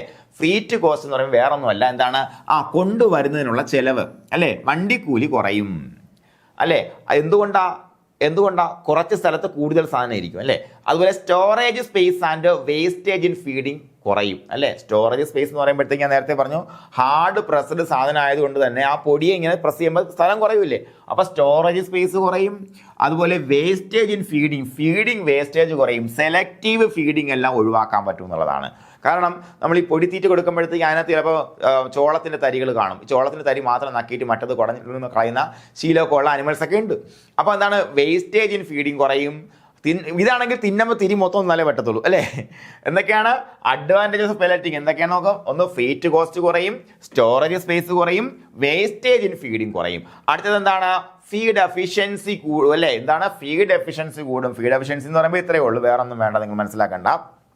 1 കിലോ തീറ്റ കൊടുത്താൽ 1 കിലോ തീറ്റ നമ്മളെ കയ്യിൽ നിന്ന് ചിലവാകുമ്പോൾ എത്ര പാല് കിട്ടുന്നു? കാര്യം എന്താ, വേസ്റ്റേജ് ഇൻ ഫീഡിങ് കുറവാ. മനസ്സിലായില്ലേ. അപ്പോൾ എന്താണ്, ഫീഡ് എഫിഷ്യൻസി കൂടി അല്ലേ. ഈ ഫീഡ് വേസ്റ്റേജ് കുറയുമ്പോൾ എഫിഷ്യൻസി കൂടി. അതുപോലെ pelleting also prevents selective feeding. ഈ വേസ്റ്റേജിൻ്റെ കാര്യം തന്നെയാണ് ഞാൻ പറയുന്നതാണ്. സെലക്റ്റീവ് ഫീഡിങ് ഒഴിവാക്കും. ഞാൻ നേരത്തെ പറഞ്ഞ പോലെ എന്താണ്, മെയ്സിൻ്റെ തരി കിടക്കുമ്പോഴത്തേക്കും മെയ്സ് ഇങ്ങനെ നന്നാക്കിയതിന് ബാക്കി കളയൂലേ, അതാണ് സെലക്റ്റീവ് ഫീഡിങ് എന്ന് പറയുമ്പോഴത്തേക്കും. അപ്പോൾ നോക്കാം, pelleting also prevents selective feeding prevent ചെയ്യുന്നു. അതുപോലെ ഇറ്റ് വിൽ റെഡ്യൂസ് ഡസ്റ്റ് കുറയ്ക്കുന്നു. ഡസ്റ്റ്നെസ് ഓഫ് ഫീഡ് എന്ന് പറയുമ്പോഴത്തേക്കും പലപ്പോഴും നമ്മൾ ഇവനെ തട്ടിയിടുമ്പോൾ, പൊടി തീറ്റയൊക്കെ തട്ടിയിടുമ്പോഴത്തേക്കും കുറച്ചിങ്ങനെ പടന്നങ്ങ് പോകുമല്ലേ, പൊടിയായിട്ട് അങ്ങ് പറന്നങ്ങ് പോകും. അപ്പോൾ എന്താണ്, ഇത് ഇടുമ്പോൾ ഡസ്റ്റ് ഉണ്ടാവും, പക്ഷേ അത് കുറവായിരിക്കും. It will reduce dust. 5ാമത്തെ പോയിന്റ്. 6ാമത്തെ പോയിന്റ് എന്താണ്, it has also the advantage of less labour requirement as it is easy to feed mechanically അല്ലേ. മെക്കാനിക്കൽ ഫീഡിങ് വളരെ ഈസിയാണ്, അതുകൊണ്ട് തന്നെ ലേബർ റിക്വയർമെന്റ് കുറവാണ്. വേണമെങ്കിൽ നമുക്ക് മെക്കനൈസേഷൻ വെച്ചിട്ട് തന്നെ ഇങ്ങനെ അപ്പുറം ഫീഡിട്ട് പോകാൻ വളരെ എളുപ്പമാണ്. അപ്പോൾ എന്താണ്, ലേബർ റിക്വയർമെന്റ് താരതമ്യേന കുറവാണ് എന്നുള്ളതും മറ്റൊരു അഡ്വാൻറ്റേജ് ആണ്. എന്തൊക്കെയാണ് മക്കളെ അഡ്വാൻറ്റേജ്? ഒന്ന് കണ്ണടച്ച് പറഞ്ഞടാ. ഒന്ന്, ഫ്രീറ്റ് കോസ്റ്റ്. ആ വാക്ക് മറക്കല്ലേ. ഫ്രീറ്റ് എന്ന് പറയുമ്പോൾ സ്പേസ് എന്താണ്, ഫ്ലൈറ്റ് കോസ്റ്റ് എന്ന് പറയുന്നത് എന്താണ്, സാധനം കൊണ്ടുവരുന്ന ചിലവ് കുറവാണ്. എന്തുകൊണ്ടാണ്? സ്റ്റോറേജ് സ്പേസ് കുറവാണ്. അപ്പോൾ കൂടുതൽ സാധനം കയറ്റിക്കൊണ്ട് വരാൻ പറ്റും, കൂടുതൽ വെയിറ്റ് കയറ്റിക്കൊണ്ട് വരാൻ പറ്റും അല്ലേ. അതുപോലെ വേസ്റ്റേജ് കുറയ്ക്കാൻ പറ്റും, ഫീഡ് എഫിഷ്യൻസി കൂട്ടാൻ പറ്റും, സെലക്റ്റീവ് ഫീഡിങ് കുറയ്ക്കാൻ പറ്റും, പൊടി കുറയ്ക്കാൻ പറ്റും. അതുപോലെ മെക്കനൈസേഷൻ പോസിബിൾ ആയതുകൊണ്ട് തന്നെ നമുക്ക് ലേബർ റിക്വയർമെന്റ് കുറഞ്ഞിരിക്കും. ഇതൊക്കെയാണ് പ്രധാനപ്പെട്ട അഡ്വാൻറ്റേജസ്. ഇനി അഡ്വാൻറ്റേജ് ഉള്ളപ്പോൾ എന്തായാലും ഉറപ്പായിട്ട് ഡിസഡ്വാൻറ്റേജ് കാണൂലേടേ? കാണും. Additional cost is involve in grinding and pelleting. ഈ സാധനമെല്ലാം അരച്ച് പെല്ലറ്റ് ആക്കുന്നതിന് അഡീഷണൽ കോസ്റ്റ് ഇൻവോൾവ് ആണ് അല്ലേ, കൂടുതൽ ചെലവുണ്ടെന്നുള്ള കാര്യം മനസ്സിലാക്കുക. Feeding cattle with pellets may also lead to reduced rumination. വളരെ ഇമ്പോർട്ടന്റ്. Reduced rumination. റൂമിനേഷൻ എന്ന് പറയുന്നത് നമുക്കറിയാം, റൂമിനൻസിന്റെ അല്ലെ ദഹനേന്ദ്രിയ വ്യവസ്ഥയുടെ ഏറ്റവും അടിസ്ഥാനപരമായ പ്രവർത്തിയാണ് റൂമിനേഷൻ എന്ന് പറയുമ്പോഴത്തേക്കും അല്ലേ, തേട്ടിയെടുക്കണ്ടേ. അപ്പൊ ഇത് മാത്രം കൊടുത്താൽ റൂമിനേഷനെ അത് തകരാറിലാക്കാൻ സാധ്യതയുണ്ട്. അപ്പൊ ഇത് മാത്രം കൊടുത്താൽ പറ്റില്ല. ഫീഡിങ് കാറ്റിൽ വിത്ത് പെല്ലറ്റ്സ് പൊടിയാണെങ്കിലോ അത് ഈ പറഞ്ഞ സാധനത്തിന്റെ കൂടെ മിക്സ് ആയി പോകും, മറ്റതും ചവച്ചരച്ചാണ് തിന്നുന്നത്, വാട്ടെവർ. എന്തായാലും റെഡ്യൂസ്ഡ് റൂമിനേഷൻ എന്ന് പറയുമ്പോൾ പെല്ലറ്റിങ്ങിന്റെ ഡിസഡ്വാൻറ്റേജ് ആണ്. മനസ്സിലായി? Feeding cattle with pellets with may lead to reduced rumination, മറന്നു പോകരുത്. അതുപോലെ sometimes leading to digestive disturbances അല്ലെ, ഡൈജസ്റ്റീവ് ഡിസ്റ്റർബൻസിലേക്ക് നയിക്കാൻ സാധ്യതയുണ്ട്. രണ്ട് കാര്യങ്ങൾ പഠിച്ചു. ഒന്ന്, അഡീഷണൽ കോസ്റ്റ് ഇൻവോൾവ് ആണ്, അതുപോലെ റൂമിനേഷൻ കുറവാണ്, ഡൈജസ്റ്റീവ് ഡിസ്റ്റർബൻസ് ഉണ്ടാവാൻ സാധ്യതയുണ്ട്. ഈ മൂന്ന് കാര്യങ്ങളാണ് നമ്മുടെ ഡിസ്അഡ്വാൻറ്റേജസ് ഉള്ളത്. ഇനി നമുക്ക് ലൈഫ് സ്റ്റോക്ക് ഫീഡിന്റെ ക്ലാസിഫിക്കേഷൻ നോക്കാം. ഇതെല്ലാം നിങ്ങൾക്ക് അറിയാവുന്ന കാര്യങ്ങൾ തന്നെയാണ്. ഫസ്റ്റ് ഓഫ് ഓൾ നമ്മൾ പാസ്ചർ എന്ന് പറയുമ്പോഴത്തേക്ക് നമ്മൾ അകത്ത് നിൽക്കുന്നതിന് നമ്മൾ കൊടുക്കുന്നില്ല അല്ലേ. നമ്മൾ ഇൻറ്റൻസീവ് സിസ്റ്റത്തിൽ പാസ്ചർ കൊടുക്കാൻ പറ്റത്തില്ല. പാസ്ചർ എന്ന് പറയുമ്പം മേഞ്ഞ് നടക്കുമ്പോൾ അതിന് കിട്ടുന്ന തീറ്റ, അതാണ് ഒരു ലൈഫ് സ്റ്റോക്ക് ഫീഡ്. രണ്ട്, ഹാർവസ്റ്റഡ് ഫീഡ്. നമ്മൾ കൊയ്തെടുക്കുന്നത് അല്ലെങ്കിൽ നമ്മൾ ഉണ്ടാക്കുന്ന സാധനം. പിന്നെ സപ്ലിമെന്റ്സ് ആൻഡ് അഡിറ്റീവ്സ് നോക്കാം. ഹാർവസ്റ്റഡ് ഫീൽഡിൽ തന്നെ രണ്ട് കാര്യങ്ങളുണ്ട്. ഒന്ന് റഫേജസ് എന്ന് പറയുമ്പോഴത്തേക്കും നമ്മുടെ ഫാമിൽ 5 ഏക്കർ സ്ഥലമുണ്ട്. ഈ 5 ഏക്കർ സ്ഥലത്ത് 1 ഏക്കർ സ്ഥലത്ത് ഞാൻ നട്ടു? ഞാൻ ബെർസീം നട്ടു, അല്ലെങ്കിൽ ചോളം നട്ടു.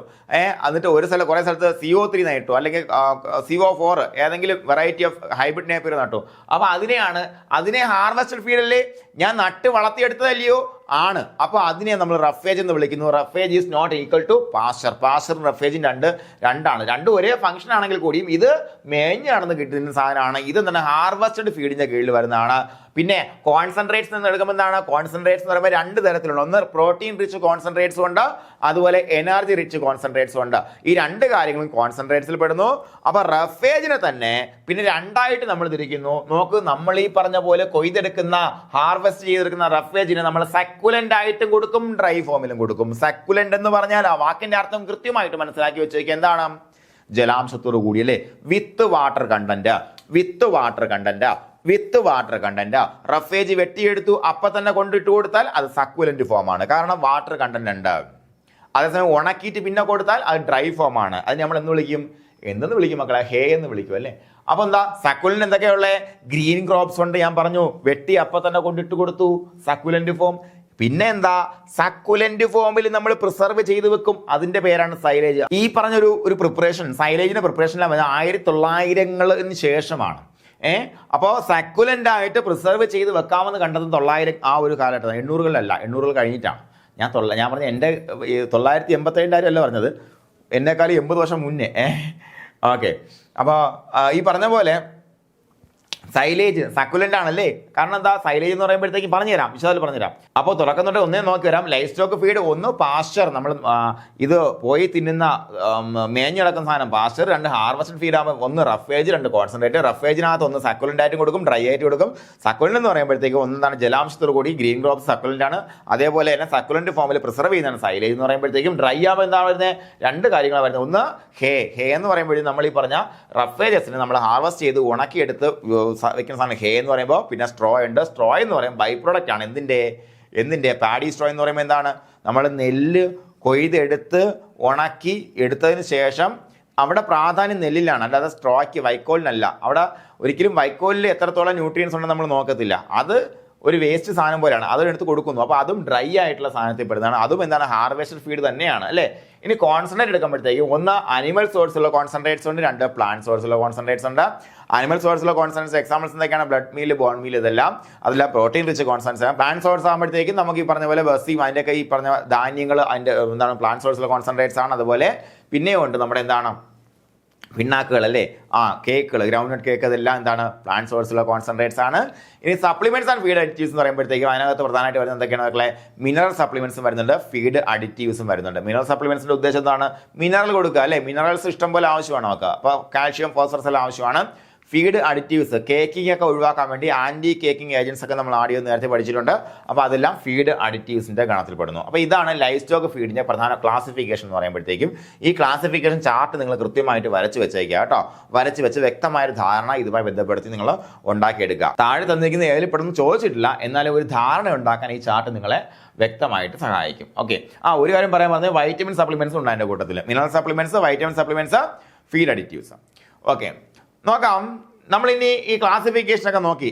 Based on the crude fibre content, life stock feeds are generally classified in two. ഒന്ന് roughage and concentrates. General classification നോക്കൂ, ഇവിടെ പറഞ്ഞിട്ടുണ്ട്. പ്രീവിയസ് ഇയർ ക്വസ്റ്റ്യൻ 2 തവണയാണ് ചോദിച്ചത്. Roughages include those feed stuff which are bulky and contain more than 18% crude fibre. കണ്ട എന്താണ്? 18% crude fibre, അതിൽ കൂടുതലുള്ള സാധനങ്ങളെ നമ്മൾ വിളിക്കുന്ന പേരാണ് റഫേജസ്. ഒന്നുകൂടെ പറയാം, മനസ്സിലായില്ലേ? റഫേജസ് എന്ന് പറയുമ്പോൾ പുല്ല് വരും, വൈക്കോല് വരും, ഹേ വരും, ഇതെല്ലാം വരും. വയറ് നിറയ്ക്കാൻ വേണ്ടി കൊടുക്കുന്ന ബൾക്ക് കണ്ടന്റ്, മനസ്സിലായോ? അതായത് നമ്മൾ കൊടുക്കുന്ന ഫീഡ് സ്റ്റഫില് ക്രൂഡ് ഫൈബർ 18% കൂടുതലാണെങ്കിൽ അവയെ വിളിക്കുന്ന പേരാണെന്ത്? റഫേജസ്. അപ്പോൾ അങ്ങനെ വരുമ്പോഴത്തേക്ക് എന്തായിരിക്കും? ന്യൂട്രിയൻസിന്റെ കോൺസെൻട്രേഷൻ താരതമ്യേന കുറവായിരിക്കും അല്ലേ?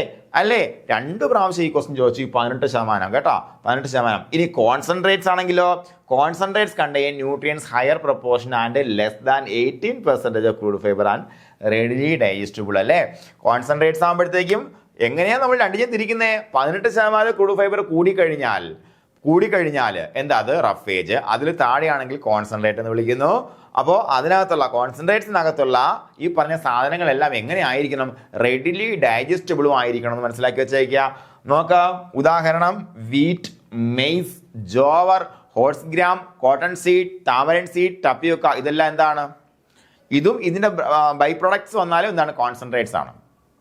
ബൈ പ്രൊഡക്ട്സ് എന്ന് പറയുമ്പോൾ rice bran, wheat bran, ground cake, gingelly oil cake, cotton seed cake, coconut cake, ഇതെല്ലാം എന്താണ്? അതിന്റെ ബൈ പ്രൊഡക്ട്സ് ആണ് അല്ലേ? അപ്പോൾ റഫേജ് എന്ന് പറഞ്ഞാൽ ഈ സാധനമാണ്, കോൺസെൻട്രേറ്റ് എന്ന് പറഞ്ഞാൽ ഈ സാധനമാണ്. റഫേജസിനകത്ത് എന്താ വരിക? 18% കൂടുതൽ എന്തുണ്ടാവും? ക്രൂഡ് ഫൈബർ ഉണ്ടായിരിക്കും. കോൺസെൻട്രേറ്റ്സിൽ ക്രൂഡ് ഫൈബർ എന്തിലായിരിക്കും? 18%-ക്കാളും കുറവായിരിക്കും. ഇത് കൃത്യമായിട്ട് നിങ്ങൾ എന്ത് ചെയ്യുക? മനസ്സിലാക്കി വെച്ചേക്കുക. പ്രീവിയസ് ഇയർ ക്വസ്റ്റ്യൻ 2 തവണ ചോദിച്ചാണ്, മറന്നുപോലെ കേട്ടോ. 2 തവണ ഒരേ കാര്യം റിപ്പീറ്റ് ചെയ്ത് ചോദിച്ചു. റിപ്പീറ്റ് വാല്യൂ ഉള്ള ചോദ്യം തന്നെയാണ്. ഇനി എനർജി റിച്ച് കോൺസെൻട്രേറ്റ്സ് നോക്കാം. അപ്പോൾ കോൺസെൻട്രേറ്റ്സ് 2 തരത്തിലുള്ള, ഒന്ന് എനർജി റിച്ചും 2 പ്രോട്ടീൻ റിച്ചും. അപ്പോൾ നോക്കാം, cereal grains and their byproducts are rich in carbohydrates and usually have a low protein percentage. cereal grains എന്ന് പറയുമ്പോഴത്തേക്കും നമുക്കറിയാം ധാന്യങ്ങൾ അല്ലേ? ധാന്യങ്ങളും അവയുടെ ബൈ പ്രൊഡക്റ്റുകളും. തവിട്, ഇതിലൊക്കെ പ്രോട്ടീൻ ഇല്ലല്ലോ. നമ്മൾ ചോറ് കഴിച്ചാൽ പ്രോട്ടീൻ കിട്ടത്തില്ല. അപ്പോൾ ഇതിനെന്താണ്? ഇത് റിച്ച് ഇൻ കാർബോഹൈഡ്രേറ്റ് ആണ്. Cereal grains and their by products are rich in carbohydrate. അപ്പോൾ എനർജി റിച്ച് കോൺസെൻട്രേറ്റ്സ് എന്ന് പറയുമ്പോൾ കാർബോഹൈഡ്രേറ്റ് ആണ് റിച്ച് ആയിട്ടുള്ള സാധനങ്ങളാണ് നമ്മൾ എന്ന് പറയാ എനർജി റിച്ച് കോൺസെൻട്രേറ്റ്സ് എന്ന് പറയാ അല്ലേ? അതിൽ എന്തായിരിക്കും? പ്രോട്ടീൻ എന്തായിരിക്കും മക്കളെ? കുറവായിരിക്കും. ഒരു സംശയമില്ലല്ലോ ആ കാര്യത്തിൽ. അതുപോലെ they are mainly use in the ration of life stock as A source of energy. അപ്പോൾ നോക്ക്, ഇങ്ങനെയുള്ള സാധനങ്ങൾ സീരിയൽ ഗ്രെയിൻസും അതിന്റെ ബൈ പ്രൊഡക്ട്സും എന്തായിട്ടാ ഉപയോഗിക്കുന്നത്? എന്തായിട്ടാ? സോഴ്സ് ഓഫ് എനർജി ആയിട്ടാ ഉപയോഗിക്കുന്നത് അല്ലേ? സോഴ്സ് ഓഫ് എനർജി, മറന്നു പോകരുത്. ഓക്കെ, അപ്പോൾ the most important grains used in life stock feeding include എന്തൊക്കെയാണ്? മെയ്സ്, യെല്ലോ മെയ്സ്, ചോളം, ഓട്സ്, ജോവർ ആൻഡ് ബാർലി അല്ലേ? അതുപോലെ wheat, rice and sorghum are also used in limited quantity. വീറ്റും ഗോതമ്പും അരിയൊക്കെ എടുത്ത് പശുവിന് കൊടുക്കുന്നത് നമ്മൾ എന്നാ തിന്നുമല്ലേ? സ്വർഗ്ഗമൊക്കെ നമുക്ക് തിന്നാൻ പറ്റുന്ന സാധനമാണ്. മെയ്സ് നമുക്ക് തിന്നാം, പക്ഷേ എന്താണ്? മെയ്സ് നമ്മൾ അളവിൽ വളരെ കുറവാണല്ലേ? ഒരു വലിയ ചെടി കിട്ടിയാൽ അതിനകത്ത് നിന്ന് നമുക്ക് ഇത്രയുള്ളൊരു മെയ്സിന്റെ കൊമ്പ് കിട്ടും. അതിനകത്ത് അത് കുറച്ച് മെയ്സ് മാത്രമേ കാണുള്ളൂ അല്ലേ? ഓക്കെ, മെയ്സ്, ഓട്സ് നമ്മൾ കഴിക്കാറുണ്ട്. Maize, oats, jowar and barley, wheat, rice and sorghum are also use in limited quantity. By products used as basal concentrates include rice bran, wheat bran etcetera. അപ്പോൾ ഇതിന്റെ ബൈ പ്രൊഡക്ട്സ് ഉപയോഗിക്കാറുണ്ട് basal concentrates ആയിട്ട്. എന്തൊക്കെയാണ്? Rice bran, wheat bran, ഇതെല്ലാം എന്താണ്? Energy rich concentrates ആണ്. ചോദ്യം ഇതായിരിക്കും, താഴെ തന്നിരിക്കുന്നവയിൽ എനർജി റിച്ച് കോൺസെൻട്രേറ്റ് അല്ലാത്തവ ഏവ, അല്ലെങ്കിൽ താഴെ തന്നിരിക്കുന്ന ഗ്രൂപ്പിൽ എനർജി റിച്ച് കോൺസെൻട്രേറ്റിൽ ഉൾപ്പെടാത്ത ഗ്രൂപ്പുകൾ ഏത്, അങ്ങനെയൊക്കെ ചോദിക്കാം. അപ്പോൾ എന്തൊക്കെ നമുക്ക് മനസ്സിലാക്കാം മക്കളെ? മെയ്സ് എന്ന് പറയുമ്പോൾ മനസ്സിൽ വരണം ചോളം, ഓട്സ് അല്ലേ, അതും ഒരു ധാന്യമാണ്. അതുപോലെ ജോവർ ധാന്യമാണ്, ബാർലി ധാന്യമാണ്. അതുപോലെ എന്താണ് വീറ്റ്, ഗോതമ്പ് ധാന്യം, റൈസ് ധാന്യം, സ്വർഗം ധാന്യമാണ് അല്ലേ. ഇതെല്ലാം എന്താണ്? എല്ലാം എനർജി റിച്ച് കോൺസെൻട്രേറ്റ്സ് ആണ്. അപ്പോൾ എന്താ പ്രോട്ടീൻ റിച്ച് കോൺസെൻട്രേറ്റ്സ്? ഇത് എങ്ങനെയാകാം? പ്ലാന്റ് ഒറിജിനും ആകാം, അനിമൽ ഒറിജിനും ആകാം അല്ലേ. നേരത്തെ പഠിച്ചില്ലേ നമ്മൾ? പ്ലാന്റ് ഒറിജിൻ ഇൻക്ലൂഡ്സ് എന്തൊക്കെ? കൗപ്പി കാണിച്ചില്ല നിങ്ങൾക്ക്. ബ്ലാക്ക് ഗ്രാം എന്ന് പറയുന്നത് കറുത്ത പയറ്. ഹോഴ്സ് ഗ്രാം നമ്മുടെ പച്ചപ്പയറ് അല്ലേ. ബംഗാൾ ഗ്രാം എല്ലാം പയറുകളാണ്, എന്തല്ല സീരിയൽസ് അല്ല. അപ്പോൾ oil cakes, by products after oil extraction oil കേക്കുകൾ എന്ന് പറയാം. ഗ്രൗണ്ട്നട്ട് കേക്ക് ഉദാഹരണം, linseed cake, coconut cake, cotton seed cake, gingelly oil cake, ഇതെല്ലാം ഉദാഹരണം. അപ്പോൾ എന്തൊക്കെയാണ് പ്രോട്ടീൻ റിച്ച് കോൺസെൻട്രേറ്റ്സ് എന്ന് പറയുമ്പോൾ? പ്ലാന്റ് ഒറിജിനും ആകാം, അനിമൽ ഒറിജിനും ആകാം. പ്ലാന്റ് ഒറിജിനിൽ എന്തൊക്കെ വരുന്നുണ്ട്? കൗപ്പി വരുന്നുണ്ട്. കൗപ്പി എന്ന് പറയുമ്പോഴത്തേക്ക് ഞാൻ കാണിച്ചു തരാം. പയറാണ്, ഇതെല്ലാം പയറാണ്. Black gram പയറാണ്. പയറെന്ന് പറയുമ്പോൾ പ്രോട്ടീനിലെ കൂടുതൽ വരിക അല്ലേ. ഹോഴ്സ് ഗ്രാം പയറാണ്, ബംഗാൾ ഗ്രാം പയറാണ്. പിന്നെ വരുന്നത് ഓയിൽ കേക്കുകൾ, എന്താണ്? നമ്മുടെ പിണ്ണാക്ക് തന്നെയാണ് അല്ലേ. അപ്പോൾ എന്താണ് ഓയിൽ കേക്കുകൾ എന്ന് വിളിക്കും? By products after oil extraction, oil എടുത്തതിന് ശേഷം ബാക്കി കിട്ടുന്ന ബൈ പ്രൊഡക്ട്സ്. ഉദാഹരണത്തിന് ഗ്രൗണ്ട് എന്ന് പറയുമ്പോൾ നമ്മുടെ കപ്പലണ്ടി പിണ്ണാക്ക്, ലിൻസീഡ് കേക്ക്, കോക്കനട്ട് കേക്ക്, നമ്മുടെ തേങ്ങാ പിണ്ണാക്ക്, cotton seed cake, gingelly oil cake, ഇങ്ങനെയുള്ള സാധനങ്ങൾ എല്ലാത്തിൻ്റെയും കേക്കല്ല ആഫ്റ്റർ കിട്ടുന്ന എന്താണ്? പിണ്ണാക്ക്. ഇതിനെല്ലാം നമുക്ക് എന്തായിട്ട് പ്ലാന്റ് ഒറിജിൻ ആയിട്ടുള്ള പ്രോട്ടീൻ റിച്ച് കോൺസെൻട്രേറ്റ് എന്ന് വിളിക്കാം. അതേസമയം അനിമൽ ഒറിജിൻ ആയിട്ടുള്ള പ്രോട്ടീൻ റിച്ച് കോൺസെൻട്രേറ്റ് എന്തൊക്കെയാണ് മക്കളെ? ഫിഷ് മീൽ വരുന്നുണ്ട്, മീറ്റ് മീൽ വരുന്നുണ്ട്, ഡ്രൈഡ് സ്കിം മിൽക്ക് വരുന്നുണ്ട് അല്ലേ. അവ എന്ത് സപ്ലൈ ചെയ്യും? They supply vitamin B12 and certain essential amino acid like lysine which are deficient in feeds of plant origin അല്ലെ. ഈ അനിമൽ സോഴ്സ് ഒറിജിൻ ഉള്ള സാധനം നമ്മൾ ഉറപ്പാക്കുന്നത് എന്തിനു വേണ്ടിയിട്ടാണ്? വൈറ്റമിൻ B12 സപ്ലൈ ഉറപ്പാക്കുന്നതിന് വേണ്ടിയിട്ടും ചില ലൈസീനും മെത്യോണിനൊക്കെ പോലുള്ള അമൈനോ ആസിഡുകൾ എവിടെ ഈ പറഞ്ഞ പ്ലാന്റ് സോഴ്സിൽ എന്തായിരിക്കും? മിസ്സിംഗ് ആയിരിക്കും എന്ന് പറഞ്ഞു. അതുകൊണ്ടാണ് നമ്മൾ ഈ അനിമൽ ഒറിജിൻ ഉള്ള സാധനങ്ങൾ ലൈഫ് സ്റ്റോക്ക് ഫീഡിൽ ആഡ് ചെയ്യുന്നത്. പ്രത്യേകം എടുത്ത് മനസ്സിലാക്കുക. അത് പലപ്പോഴും നമുക്ക് ബേർഡ്സിനാണ് കൂടുതൽ ആവശ്യമായിട്ട് വരിക. കാര്യം എന്താ? നമ്മുടെ ഇപ്പം റൂമിനൻസ് ബേർഡ്സിനും മോണോഗ്യാസ്ട്രിക് അനിമൽസിനും, റൂമിനൻസിനാണെന്നുണ്ടെങ്കിൽ അതിൻ്റെ ആവശ്യം വരുന്നില്ല. അവർക്ക് എല്ലാ ഈ പറഞ്ഞ ലൈസിനും മെത്യോണിനും അടക്കമുള്ള എല്ലാ അമിനോ ആസിഡും ഉൽപ്പാദിക്കുന്ന വേറൊരു സിസ്റ്റം അവരുടെ റൂമിനകത്ത് ഇരിപ്പുണ്ട് അല്ലേ. അതെന്താണ്? Microbial digestion. ഓക്കെ, അപ്പോൾ നോക്കാം. പ്രോട്ടീൻ റിച്ച് കോൺസെൻട്രേറ്റ്സ് ഏതൊക്കെ? കൗപ്പി, ബ്ലാക്ക് ഗ്രാം എല്ലാം. പിന്നെന്താണ്? ഓയിൽ കേക്ക് വന്നു കഴിഞ്ഞാൽ എല്ലാം പ്രോട്ടീൻ റിച്ച് കോൺസെൻട്രേറ്റ്. അതുപോലെ എന്താണ്? Animal origin fish meal, meat meal, dried skim milk, ഇതൊക്കെയാണ്. ഇത് എന്തിനാണ് കൊടുക്കുന്നത്? വൈറ്റമിൻ B12 മറന്നുപോലെ പ്രീവിയസ് ക്വസ്റ്റൻ ആണ്. അതുപോലെ കുറച്ച് അമൈനോ ആസിഡ്സിലേക്ക് ലൈസീൻ ആൻഡ് മെത്യോണിൻ നേരത്തെ പഠിച്ചതാണ്. എവിടെ? പ്ലാന്റ് സോഴ്സിൽ മിസ്സിംഗ് ആണെന്ന് പഠിച്ചതാണ് നമ്മൾ. ഓക്കെ, അപ്പോൾ a certain portion of animal proteins the ration of monogastric animals essential for balanced feeding അല്ലേ. മോണോഗ്യാസ്ട്രിക് അനിമൽ ആണെന്നുണ്ടെങ്കിൽ ഞാൻ നേരത്തെ പറഞ്ഞു എന്താണ്? റൂമിനൻസിനെ സംബന്ധിച്ചിടത്തോളം അവരുടെ റൂമിനകത്ത് വേറൊരു സിസ്റ്റം ഇരിപ്പുണ്ടെന്ന് പറഞ്ഞു അല്ലേ. ആ സിസ്റ്റം പ്രവർത്തിച്ച് അവർക്ക് എന്ത് കൊടുത്തോളും? ലൈസിനും മെത്യോണിനും അടക്കമുള്ള ഗുഡ് ക്വാളിറ്റി പ്രോട്ടീൻ കൊടുത്തുകൊള്ളും. പക്ഷേ മോണോഗ്യാസ്ട്രിക് അനിമൽ ആണെന്നുണ്ടെങ്കിൽ അവയുടെ ഫീഡിൽ എന്തിൻ്റെ ആവശ്യമുണ്ട്? ഒരു സർട്ടൻ പോർഷൻ ഓഫ് അനിമൽ പ്രോട്ടീൻ്റെ ആവശ്യം ഉണ്ടാവും. ഓക്കെ, നിങ്ങളും ഒരു പൂർണ്ണമായിട്ടുള്ള വെജിറ്റേറിയൻ ആണെങ്കിൽ അറ്റ്ലീസ്റ്റ് മുട്ട കഴിക്കുക, അല്ലെങ്കിൽ പാൽ ഉൽപ്പന്നങ്ങളും ആവശ്യത്തിലധികം കഴിക്കുക, അല്ലെങ്കിൽ ലൈസിനും മെത്യോണിനും നിങ്ങൾക്കും കിട്ടാതെ വരാനുള്ള സാധ്യത കൂടുതലാണ്. ഇനി റഫേജസ് നോക്കൂ മക്കളെ. Roughages feed with a higher proportion of crude fibre are grouped under the general term roughages അല്ലെ. 18% കൂടുതൽ ക്രൂഡ് ഫൈബർ ഉണ്ടെങ്കിൽ അവയെ നമ്മൾ എന്ന് വിളിക്കുന്നു? റഫേജസ് എന്ന് വിളിക്കുന്നു. ഇവയെ നമ്മൾ രണ്ടായിട്ട് ക്ലാസ് ചെയ്യുന്നു, സക്കുലന്റ് ആൻഡ് ഡ്രൈ എന്ന്. നേരത്തെ പറഞ്ഞ അതേ കാര്യമല്ലേ. Dried roughages include straw and hay, നമ്മൾ നേരത്തെ കണ്ടതാണ്. സക്കുലന്റിനകത്തുനിന്ന് ഗ്രീൻ ഫോഡറും സൈലേജും. Green fodder includes leguminous fodder and non leguminous fodder. Green fodder പച്ചപ്പുല്ലിനകത്ത് ലെഗൂമിനസ് ഫോഡർ ഉണ്ട്, നോൺ ലെഗൂമിനസ് ഫോഡർ ഉണ്ട്. എന്താ ലെഗൂമിനസ് ഫോഡർ എന്ന് പറഞ്ഞു കഴിഞ്ഞാൽ നേരത്തെ കൗപ്പി പഠിച്ചില്ലേടാ, ആൽഫ അതുപോലെ ഹെഡ്ജ് ലൂസാൺ, അതുപോലെ ബെർസീം, ഇതെല്ലാം ലഗൂമിനസ് ഫോഡറിന്റെ കാറ്റഗറി പെടുന്ന സാധനങ്ങളാണ്. അത് ലഗൂമിനസ് എന്ന് പറഞ്ഞു കഴിഞ്ഞാൽ പയറുവർഗ്ഗ ചെടികൾ. അത് കഴിച്ചാൽ എന്ത് കിട്ടും? കൂടുതൽ പ്രോട്ടീൻ കിട്ടും. നോൺ ലഗൂമിനസ് ആകുമ്പോഴത്തേക്ക് എന്താണ്? മറ്റുള്ള ഇതര വർഗ്ഗത്തിലുള്ള സാധനങ്ങൾ. ഉദാഹരണം നമ്മൾ ഹൈബ്രിഡ് നേപ്പിയർ, അതുപോലെ പാരാഗ്രാസ്, ഗിനി ഗ്രാസ്, കോങ്കോ സിഗ്നൽ പോലുള്ള പുൽവർഗ്ഗങ്ങളെല്ലാം നോൺ ലഗൂമിനസ് ആണ്. അപ്പോൾ അത് നമുക്ക് പഠിക്കാനുള്ളത് കൃത്യമായിട്ട് പറഞ്ഞുതരാം. റഫേഴ്സിനകത്തിന് 2 ക്ലാസിഫിക്കേഷൻ, ലഗൂമിനസും നോൺ ലഗൂമിനസും. ഇത് രണ്ടും കൊടുക്കുമ്പോൾ TDN വാല്യൂ വ്യത്യാസമുണ്ട്, അതുപോലെ പ്രോട്ടീൻ റിക്വയർമെന്റ് വ്യത്യാസമുണ്ട്. ഇതെല്ലാം ഞാൻ പറഞ്ഞുതരും. ഓക്കെ, അപ്പോൾ ലഗൂമിനസ് ഫോഡർ ആണ് നോക്കാൻ പോകുന്നത്. എന്താ ലഗൂമിനസ് fodder? Leguminous foders form a major source of protein to farm animals. However, the fiber content is more in stems and soluble carbohydrates are less. ഉദാഹരണം നോക്കാം നമുക്ക്. ഇവയൊക്കെയാണ് ലഗൂമിനസ് ഫോഡേഴ്സ്. ഒന്നാമത് കാണുന്ന കൗപ്പി, മറ്റേത് കാണുന്നത് നമ്മുടെ സുബാബുളൊക്കെയാണ്. ആൽഫയൊക്കെയാണ് നിങ്ങൾ കാണുന്നത്. നോക്കൂ, ലെഗ്യൂംസിനെ സംബന്ധിച്ചിടത്തോളം അവയ്ക്കൊരു കഴിവുണ്ട്. എന്താ കഴിവ്? അപ്പൊ നോക്കൂ മക്കളെ, എന്തൊക്കെയാണ് ലഗൂമിനസ് ഫോഡേഴ്സ് അല്ലെ? Leguminous fodders form a major source of protein to farm animals അല്ലെ? നമുക്കറിയാം പ്രോട്ടീൻ ആണ് നമ്മളെ സംബന്ധിച്ചിടത്തോളം ഏറ്റവും കൂടുതൽ വില കൂടിയ സാധനം. അല്ലേ? ശരിയല്ലേടാ? അതായത് നമുക്കിപ്പോൾ ഏറ്റവും കൂടുതൽ വില വെച്ച് നോക്കാം, പിണ്ണാക്കൊക്കെയാണ് വില കൂടുതൽ. കാര്യം അല്ലാന്നുണ്ടെങ്കിൽ ബാക്കി പറഞ്ഞ പോലെ കൗപ്പി അങ്ങനെയുള്ള എന്ത് സാധനമാണെന്നുണ്ടെങ്കിൽ പ്രോട്ടീൻ എന്ന് പറയുമ്പോൾ ആൾവേസ് ഇറ്റ് ഈസ് എന്താണ് വില കൂടുതലാണ് അങ്ങനെയുള്ള കോൺസെൻട്രേറ്റ്സിന്. അപ്പോൾ നമുക്ക് ഈ പറഞ്ഞ പോലെ പ്രോട്ടീൻ എന്ന് പറയുമ്പോൾ എന്ത് കൊടുത്താലും മതി എന്നാണ് നമ്മളൊരു പ്രത്യേകത അല്ലേ? നമുക്ക് ആർക്കാണ് ക്യാറ്റിലാണെങ്കിൽ നമ്മൾ എന്ത് കൊടുത്താലും മതി. അപ്പോൾ ലഗൂമിനസ് ഫോഡേഴ്സ് എന്തൊക്കെയാണെന്ന് ശ്രദ്ധിക്കൂ. Leguminous fodders form a major source of protein to farm animals അല്ലേ? നമ്മൾ കൃത്യമായിട്ട് ലഗൂമിനസ് ഫോഡർ നമ്മൾ ഉണ്ടാക്കി കൊടുക്കുകയാണെന്നുണ്ടെങ്കിൽ പ്രോട്ടീൻ ആവശ്യം പോലെ കിട്ടും എന്നുള്ള ഗുണം. However the fibre content is more. എന്താണ് അതിനകത്ത്? ഫൈബർ കണ്ടന്റ് മോറാണ്, കൂടുതലാണ്. പക്ഷേ സോൾബിൾ കാർബോഹൈഡ്രേറ്റ് കുറവാണ്. സോൾബിൾ കാർബോഹൈഡ്രേറ്റ് എന്ന് പറയുമ്പോഴത്തേക്ക് നമുക്ക് എന്താണ്? ഷുഗർ കെയിനിലോ അല്ലെങ്കിൽ ഹൈബ്രിഡ് നേപ്പിയറിലൊക്കെ ചെറിയ മധുരം കിട്ടുന്ന തരത്തിലുള്ള കാർബോഹൈഡ്രേറ്റ്. അതെന്ത് കിട്ടും? എനർജിയുടെ സോഴ്സ് ആണ്. ഫൈബർ കണ്ടന്റ് കൂടുതലുമാണ്. അതായത് ലിഗ്നിൻ കണ്ടന്റ് ഒക്കെ ഇതിനകത്ത് കൂടുതലായിരിക്കും. ലിഗ്നിൻ എന്ന് പറയുമ്പോഴത്തേക്ക് ഈ തണ്ടൊന്നും ദഹിപ്പിക്കാനുള്ള ശേഷിയില്ല. പക്ഷേ ശ്രദ്ധിക്കൂ, ലഗൂമിനസ് ഫോഡർ എന്ന് പറയുമ്പോൾ ഈ പയറില്ലടാ, പയർ വർഗ്ഗ ചെടികളിൽ എന്തുണ്ട്? പ്രോട്ടീൻ കണ്ടന്റ് വളരെ കൂടുതലാണ്. അതാണ് ലഗൂമിനസ് ഫോഡറിന്റെ പ്രത്യേകത. Legumes especially certain varieties when fed in large quantities can cross boat അല്ലേ? നോക്കു മക്കളെ, എന്ന് കരുതി നമുക്ക് അത് മാത്രം കൊടുക്കാൻ പറ്റുമോ? കൊടുക്കാൻ പറ്റൂല. കാര്യം വളരെ വലിയ പ്രശ്നങ്ങളുണ്ട്. കാര്യം ഞാൻ നേരത്തെ പറഞ്ഞില്ല, ഫൈബർ കണ്ടന്റ് കൂടുതലാണ്. അപ്പോൾ ലെഗ്യൂംസ് ചില വെറൈറ്റീസ് കൂടുതൽ കൊടുത്തു കഴിഞ്ഞാൽ എന്താണ്? ബ്ലോട്ട് പോലുള്ള പ്രശ്നങ്ങൾ ഉണ്ടാകാൻ സാധ്യതയുണ്ട്. അതുകൊണ്ട് തന്നെ നമ്മളത് ഗ്രാസും സ്ട്രോയൊക്കെ ആയിട്ട് മിക്സപ്പ് ആക്കിയേ നമ്മൾ കൊടുക്കാറുള്ളൂ. ശ്രദ്ധിക്കുക. അതുപോലെ ലിബറലായിട്ട് കൊടുക്കാൻ നമുക്ക് ലെഗ്യൂംസ് ഉണ്ട് എന്നുണ്ടെങ്കിൽ there is no need for additional supply of protein to cattle and buffaloes അല്ലേ? അതിന് പ്രത്യേകിച്ചൊരു പ്രോട്ടീൻ സപ്ലൈയുടെ ആവശ്യം വരുന്നില്ല. ലിബറലായിട്ട് കൊടുക്കാൻ വേണം ആവശ്യത്തിന് അല്ലേ? ഹെഡ്ജ് ലൂസർ പോലെയൊക്കെ ഉള്ള സാധനങ്ങൾ വെട്ടി കൊടുക്കാനുണ്ടെന്നുണ്ടെങ്കിൽ നല്ല വളർച്ചയും കിട്ടും, പാലും കിട്ടും അല്ലേ? അതിനോടൊപ്പം നമുക്ക് അഡീഷണൽ റിക്വയർമെന്റ് ആവശ്യമായിട്ട് വരുന്നതുമില്ല. കൃത്യമായിട്ട് സ്റ്റേറ്റ്മെന്റുകൾ കൃത്യമായിട്ട് നോക്കി വെച്ചേക്കണം. എന്താണ്? liberally അല്ലേ? If legumes are fed liberally, there is no need for additional supply of protein to cattle and buffaloes.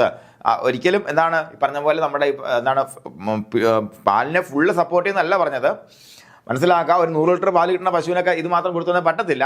Okay, നിങ്ങൾക്ക് സംഭവം മനസ്സിലായല്ലോ. ഈ സ്റ്റേറ്റ്മെന്റ് കൃത്യമായിട്ട് ഓർത്ത് നോക്കുക. എന്താണ്? If legumes are fed liberally there is no need for additional supply of protein to cattle and buffaloes. ഇനി important leguminous fodders cowpea അല്ലേ? സുബാബൂൾ, കൗപ്പിയാണ് കാണുന്നത്. സുബാബൂൾ രണ്ടാമത്തത്. ആൽഫ അത് ഹെഡ്ജ് ലൂസർ എന്ന് പറയുമ്പോഴത്തേക്കും നമുക്ക് ഇതിനെ സുബാബൂളിൻ്റെ ചെറുതെന്ന് വേണമെങ്കിൽ പറയാം. ഇത്ര പൊക്കേ വരത്തുള്ളൂ. ഇങ്ങനെ നമുക്കിങ്ങനെ തടവെടുത്ത് നട്ടു പോകുന്ന സാധനമാണ്. നല്ല ഈൽഡാണ് ഹെഡ്ജ് ലൂസൺ. ലൈക്ക് എന്താണ്, കുഞ്ഞു ഇലയാണ്. നമ്മുടെ ഈ പുളി ഇല പോലെയുള്ള ഇലയാണ് ഹെഡ്ജ് ലൂസൺ. ബെർസീം അല്ലേ? ഇതൊക്കെയാണ് പ്രധാനപ്പെട്ട ലഗ്യൂംസ്. ഓക്കെ, അതുപോലെ other legumes like soybeans are also important life stock feeding. Soybean പോലുള്ള ലഗ്യൂംസും നമ്മൾ ഉപയോഗിക്കാറുണ്ട്. അതുപോലെ ഹോട്ട്സ് ഗ്രാം ആവട്ടെ, ബംഗാൾ ഗ്രാം ആവട്ടെ, അതിൻ്റെ കൗപ്പിയുടെ ഒക്കെ പോട്ട് ഷെല്ല്, ഇതെല്ലാം നമ്മൾ ലഗൂമിനസ് ഫോഡറിൻ്റെ ഗണത്തിൽ അല്ലെങ്കിൽ അതിൻ്റെ ബൈ പ്രൊഡക്ട്സിൻ്റെ ഗണത്തിൽ പെടുത്തി കൊടുക്കുന്നു. അതിനകത്തെല്ലാം എന്താണ്? നൈട്രജൻ കണ്ടന്റും പ്രോട്ടീൻ കണ്ടന്റും കൂടുതലാണ്. പക്ഷേ എന്തായിരിക്കും? ഫൈബർ കണ്ടന്റ് കൂടുതലായിരിക്കും. അതുകൊണ്ട് തന്നെ അത് മാത്രം കൊടുത്ത് വളർത്താൻ പറ്റത്തില്ല. അതിൻ്റെ കൂട്ടത്തിൽ എന്ത് കൊടുക്കണം? ഹേയും മറ്റുള്ള സാധനങ്ങൾ മിക്സപ്പ് ആക്കി കൊടുക്കാൻ പറ്റത്തുള്ളൂ. ഇനി ശ്രദ്ധിക്കേണ്ട കാര്യം, if legumes are fed liberally അല്ലെ? ലിബറലി ഇഷ്ടം പോലെ കൊടുത്തു കഴിഞ്ഞാൽ there is no need for additional supply of protein to cattle and buffaloes. കൃത്യമായി മനസ്സിലാക്കി വെച്ചേക്കാം. ഇനി ഏതൊക്കെയാണെന്ന് നോക്കാം. കൗപ്പി, വിഗ്ന അങ്കിക്കുലേറ്റ കേട്ടോ, ഇങ്ങനെയാണ് അതിൻ്റെ ഒരു ശാസ്ത്രീയ നാമം വരുന്നത്. എന്താ cowpea? It is a legume fodder rich in protein and calcium. കണ്ടോ, നേരത്തെ ചോദിച്ച ക്വസ്റ്റ്യൻ ആണ് അല്ലേ? Rich in protein and calcium and family പാപ്പിലിനിയേഴ്സിയെ ഏതാണെന്ന് ചോദിച്ചു അല്ലേ? പ്രീവിയസ് ഇയർ ക്വസ്റ്റ്യൻ ഓർമ്മയുണ്ടാ നിങ്ങൾക്ക്? ഓർമ്മയുണ്ട? Which one of the following is a legume fodder എന്ന് ചോദിച്ചില്ലേ? ചോദിച്ചു. അപ്പോൾ ഇവിടെ ശരിക്കും ഫാമിലി ഫബീസിയെ, അതിൻ്റെ മറ്റൊരു പേരാണ് പാപ്പിലിനിയേസിയെ അല്ലേ? നമ്മുടെ ടെക്സ്റ്റിലൊക്കെ ഫബീസിയെ മാത്രമേ കാണത്തുള്ളൂ. ഒന്ന് കുഴപ്പിക്കാനാണ് അങ്ങനെ ഒരു ഫാമിലി എടുത്ത് മാറ്റിയവരിട്ടത്. എന്നാലും ലെഗ്യൂം ഫോഡർ എന്ന് കണ്ടപ്പോഴത്തേക്കും കൃത്യമായിട്ട് നമുക്കവിടെ എന്ത് ചെയ്യാൻ പറ്റും? ആൻസറിലേക്ക് എത്താൻ പറ്റും. ശ്രദ്ധിക്കൂ. It can support growth and 5 kg milk production without any concentrate supplementation. കണ്ട, ഇത് കൃത്യമായിട്ട് നമ്മൾ കൊടുത്തു കഴിഞ്ഞാൽ 5 കിലോഗ്രാം മിൽക്ക് ഉള്ളതാണ്, അനിമലാണ്. അതിൻ്റെ ഗ്രോത്തിനും കൂടെ വേണ്ടിയിട്ട് നമ്മൾ വേറെ പ്രത്യേകിച്ച് പുണ്ണാക്ക് കൊടുക്കേണ്ട ആവശ്യമില്ല. അതാണ് കൗപ്പി. ഇതിങ്ങനെ വളർത്തി നമ്മൾ കൊടുത്തു കഴിഞ്ഞാൽ അല്ലേ, ആവശ്യത്തിന് കൊടുക്കുകയാണെന്നുണ്ടെങ്കിൽ എന്ത് പറ്റും? നമുക്ക് വീട്ടിലൊരു പശു കൊണ്ട് 5 കിലോഗ്രാം പാല് കിട്ടും. 5 കിലോഗ്രാം പാലുള്ള പശുവിന് പ്രത്യേകിച്ച് കൈത്തീറ്റ കൊടുക്കാതെ കൗപ്പി കൊടുത്ത് വളർത്താം. എങ്ങനെയുണ്ട് പരിപാടി? എങ്ങനെയുണ്ട്? ഉള്ളൂല്ലേ? ഓക്കെ. അടുത്താണ് സുബാബൂൾ. നോക്കാം, ലൂസിനിയ ലൂക്കോസെഫാല എന്നാണ് നമ്മുടെ സുബാബൂളിന്റെ ശാസ്ത്രീയ നാമം. ഇതൊരു ലെഗ്യൂം ഫോഡർ ട്രീ ആണ്. പ്രീവിയസ് ഇയർ ക്വസ്റ്റ്യൻ ആണ്. Which one of the following is a legume fodder tree? എന്താ ഉത്തരം? സുബാബൂൾ എന്ന ഉത്തരം അല്ലേ? സുബാബൂളിനെ കുറിച്ച് പറയുകയാണെന്നുണ്ടെങ്കിൽ പണ്ട് ഇതിന് ഇങ്ങനെ ഒരു പേരിട്ട് ആരാച്ചല്ലേ? നമ്മുടെ ഇന്ദിരാഗാന്ധിയാണ്. ഇന്ദിരാഗാന്ധി ഒരിക്കലും ഇങ്ങനെ കേരള സന്ദർശിച്ചപ്പോഴാണെന്ന് തോന്നുന്നു. അപ്പോൾ ഈ ഒരു ചെടിയെ പരിചയപ്പെടുന്നു. അപ്പോൾ അതിന്റെ പേര് അന്ന് പണ്ട് കുബാബൂൾ എന്നാണ് വിളിച്ചിരുന്നത്. അങ്ങനെ കുബാബൂൾ, അത് മോശം പേരല്ലേ. ഇനി നാളെ സുബാബൂൾ, നല്ലത് അല്ലേ, നല്ല സുബാബൂൾ എന്ന് വിളിക്കുമെന്ന് പറഞ്ഞ് ഇന്ദിരാഗാന്ധി പണ്ടത്തെ കഥയൊക്കെ ഉണ്ട്. എന്തായാലും അതൊരു ലെഗ്യൂം ഫോഡർ ട്രീ ആണ്. The plants could be planted on the boundaries and help to prevent soil erosion അല്ലേ? ബൗണ്ടറികളിൽ, അതായത് നമ്മുടെ അതിർത്തികളിൽ, അതിർവരമ്പുകളിൽ, നമ്മുടെ പരേഡത്തിന്റെ അതിർത്തികളിൽ നടാൻ പറ്റുന്ന സാധനമാണ്. അത് വലിയ പ്ലാന്റ് ആണ്, വലിയ ചെടിയാണ്. ഇങ്ങനെ പടർന്നു നിൽക്കും. നമ്മുടെ പീലിവാക എന്ന് പറയും അല്ലേ? പീലിവാക നമ്മുടെ വാഗമരം പോലെ വരും. വലിയ മരമല്ല, ഒരു മീഡിയം മരം, അത്രയൊക്കെ പൊക്കമുള്ള മരമായിട്ട് വരും. അപ്പൊ നോക്കാം, ബൗണ്ടറീസിൽ നടാനും പ്രിവെന്റ് സോയിൽ ഇറോഷൻ, അതിന് പറ്റുന്ന എന്ത് ഫോഡർ ഏതാണെന്ന് ചോദിച്ചു കഴിഞ്ഞാൽ ഏതാണ്? ലെഗ്യൂം ഫോഡർ ട്രീ എന്ന് വെച്ചാൽ സുബാബൂൾ ആണ്. എന്താണ്? സോയിൽ ഇറോഷൻ തടയുന്ന ലെഗ്യൂം ഫോഡർ ട്രീ എന്ന് വെച്ചാൽ സുബാബൂൾ ആണ്. നമുക്കെല്ലാം അതുപോലെ it can be grown as an intercrop in coconut plantations. Coconut പ്ലാന്റേഷൻസിന്റെ ഇടയ്ക്ക് ഇന്റർ ക്രോപ്പ് ചെയ്യാൻ പറ്റും. അതുപോലെ ഇന്റൻസീവ് കൾട്ടിവേഷൻ ആണെന്നുണ്ടെങ്കിൽ plants are planted 1 metre apart. Family അതും ഫബീസിയാണ്, അല്ലെങ്കിൽ ഈ പറഞ്ഞ അതേ ഫാമിലി, പാപ്പിലിനേസിയ ഫാമിലി അതിന് പെടും കേട്ടോ. ഫബീസിയ ഫാമിലിയാണ് അതിൻ്റെ ഫാമിലി വരുന്നത്. അപ്പോൾ ഇവിടെ കൃത്യമായിട്ട് പഠിച്ചിരിക്കുന്ന previous year question legume fodder tree ഏതെന്ന് ചോദിച്ചാൽ സുബാബൂളാണ്. അതുപോലെ എന്താണ്? ബൗണ്ടറീസിൽ നമുക്ക് നടാം. എന്തിന്? സോയിൽ ഇറോഷൻ നമുക്ക് തടയാം അല്ലേ? അതുപോലെ എന്താണ്? കോക്കനട്ട് പ്ലാന്റേഷന്റെ ഇടയിൽ ഇന്റർ ക്രോപ്പ് ചെയ്യാൻ പറ്റിയ സാധനമാണ്. ഇനി അതല്ല, ഇത് മാത്രമായിട്ടാണ് നമ്മൾ നടണം എന്നുണ്ടെങ്കിൽ എന്താണ്? ഇങ്ങനെ 1 മീറ്റർ എപ്പാർട്ട്, 1 മീറ്റർ അകലത്തിൽ, ഏകദേശം ഇത്ര അകലത്തിൽ ഇങ്ങനെ നട്ട് പോകാൻ പറ്റും. കാരണം വലിയ മരം അല്ലത്. മനസ്സിലായില്ലേ? ഫാമിലി ഏതാണ്? ഫബീസി തന്നെയാണ്. ഇനി നോൺ ലെഗൂമിനസ് ഫോഡർ നോക്കാം.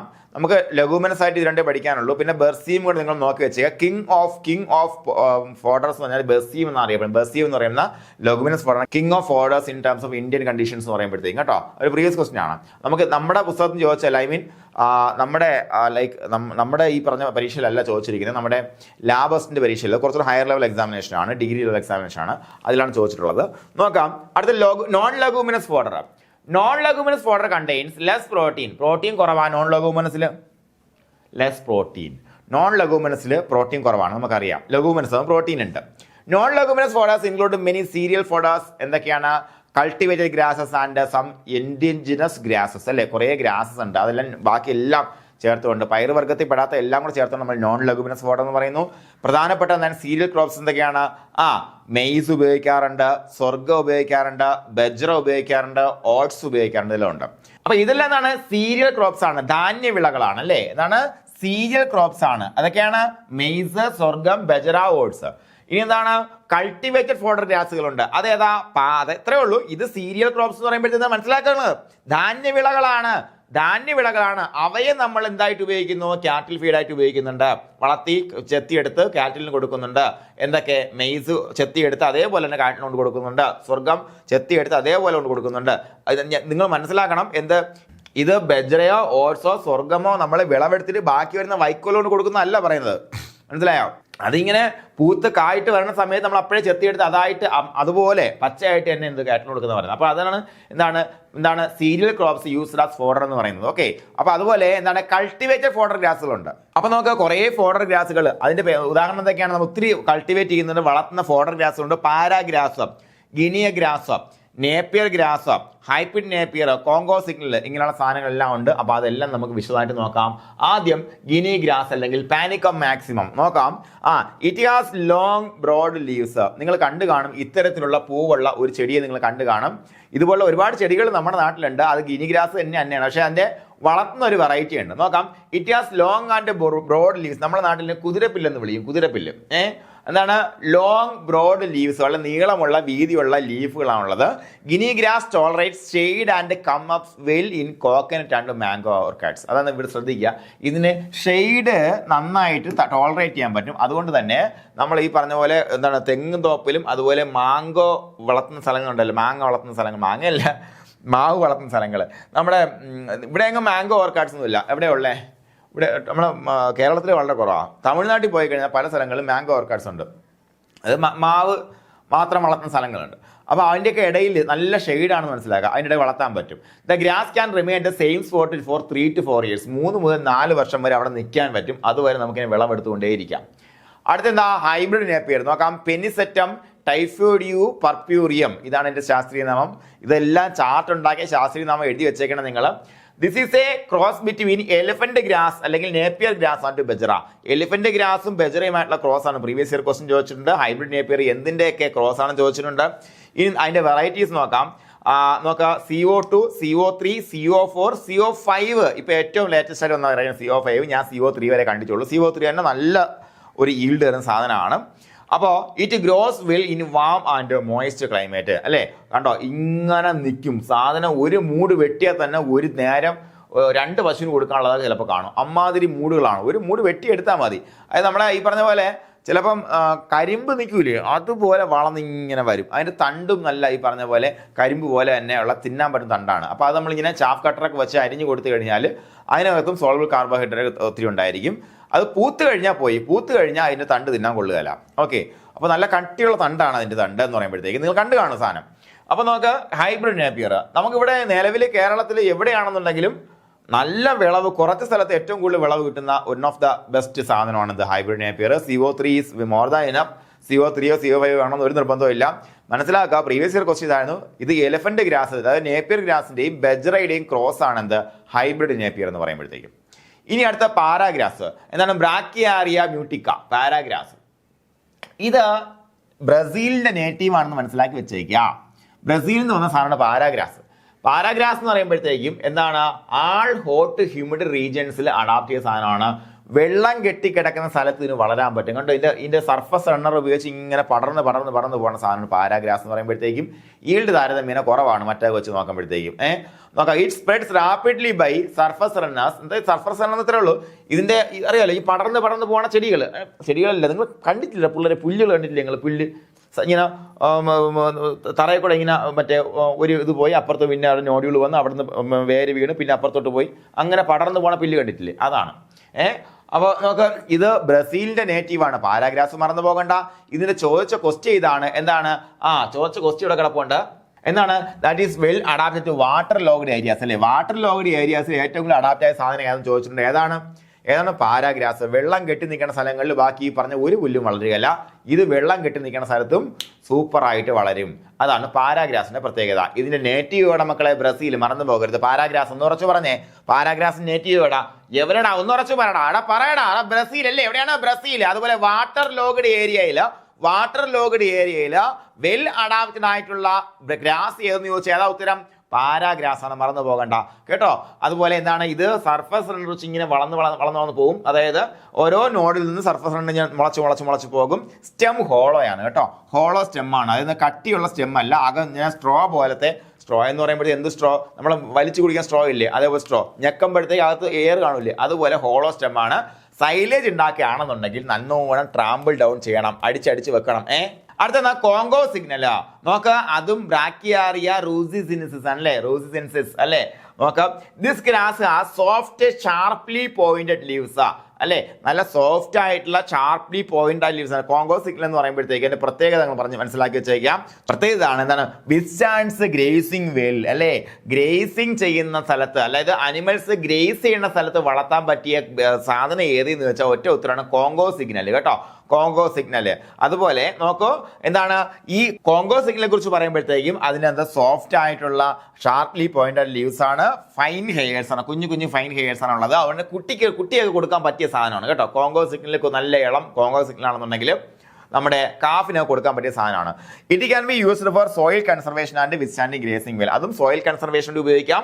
ഗ്രേസിംഗിനെ വിത്ത്സ്റ്റാൻഡ് ചെയ്യാനുള്ള ശേഷി ആർക്കുണ്ട്? കോങ്കോ സിഗ്നലുണ്ട്. It cannot tolerate water logging but tolerate shade ആണെങ്കിൽ കുഴപ്പമില്ല, പക്ഷേ വെള്ളം കെട്ടി നിന്നാലും അതിന് പറ്റുകയില്ല. So it is recommend as intercrop in coconut garden അല്ലേ. കോങ്കോ സിഗ്നൽ ആണെന്നുണ്ടെങ്കിലും എന്താണ്? കോക്കനട്ട് ഗാർഡനിൽ ഇന്റർക്രോപ്പ് ചെയ്യാൻ പറ്റിയ സാധനമാണ്. അപ്പോൾ കോക്കനട്ട് ഗാർഡനിൽ ഇന്റർക്രോപ്പ് ചെയ്യാൻ പറ്റിയ 3 സാധനം പഠിച്ചു. ഒന്ന് കോങ്കോ സിഗ്നൽ, 2 എന്താണ്? ഗിനിയ ഗ്രാസ്, 3 എന്താണ് പഠിച്ചത്? പറ, ഏതാണ്? സുവാബൂൾ അല്ലേ. സുവാബൂൾ. ഓക്കെ.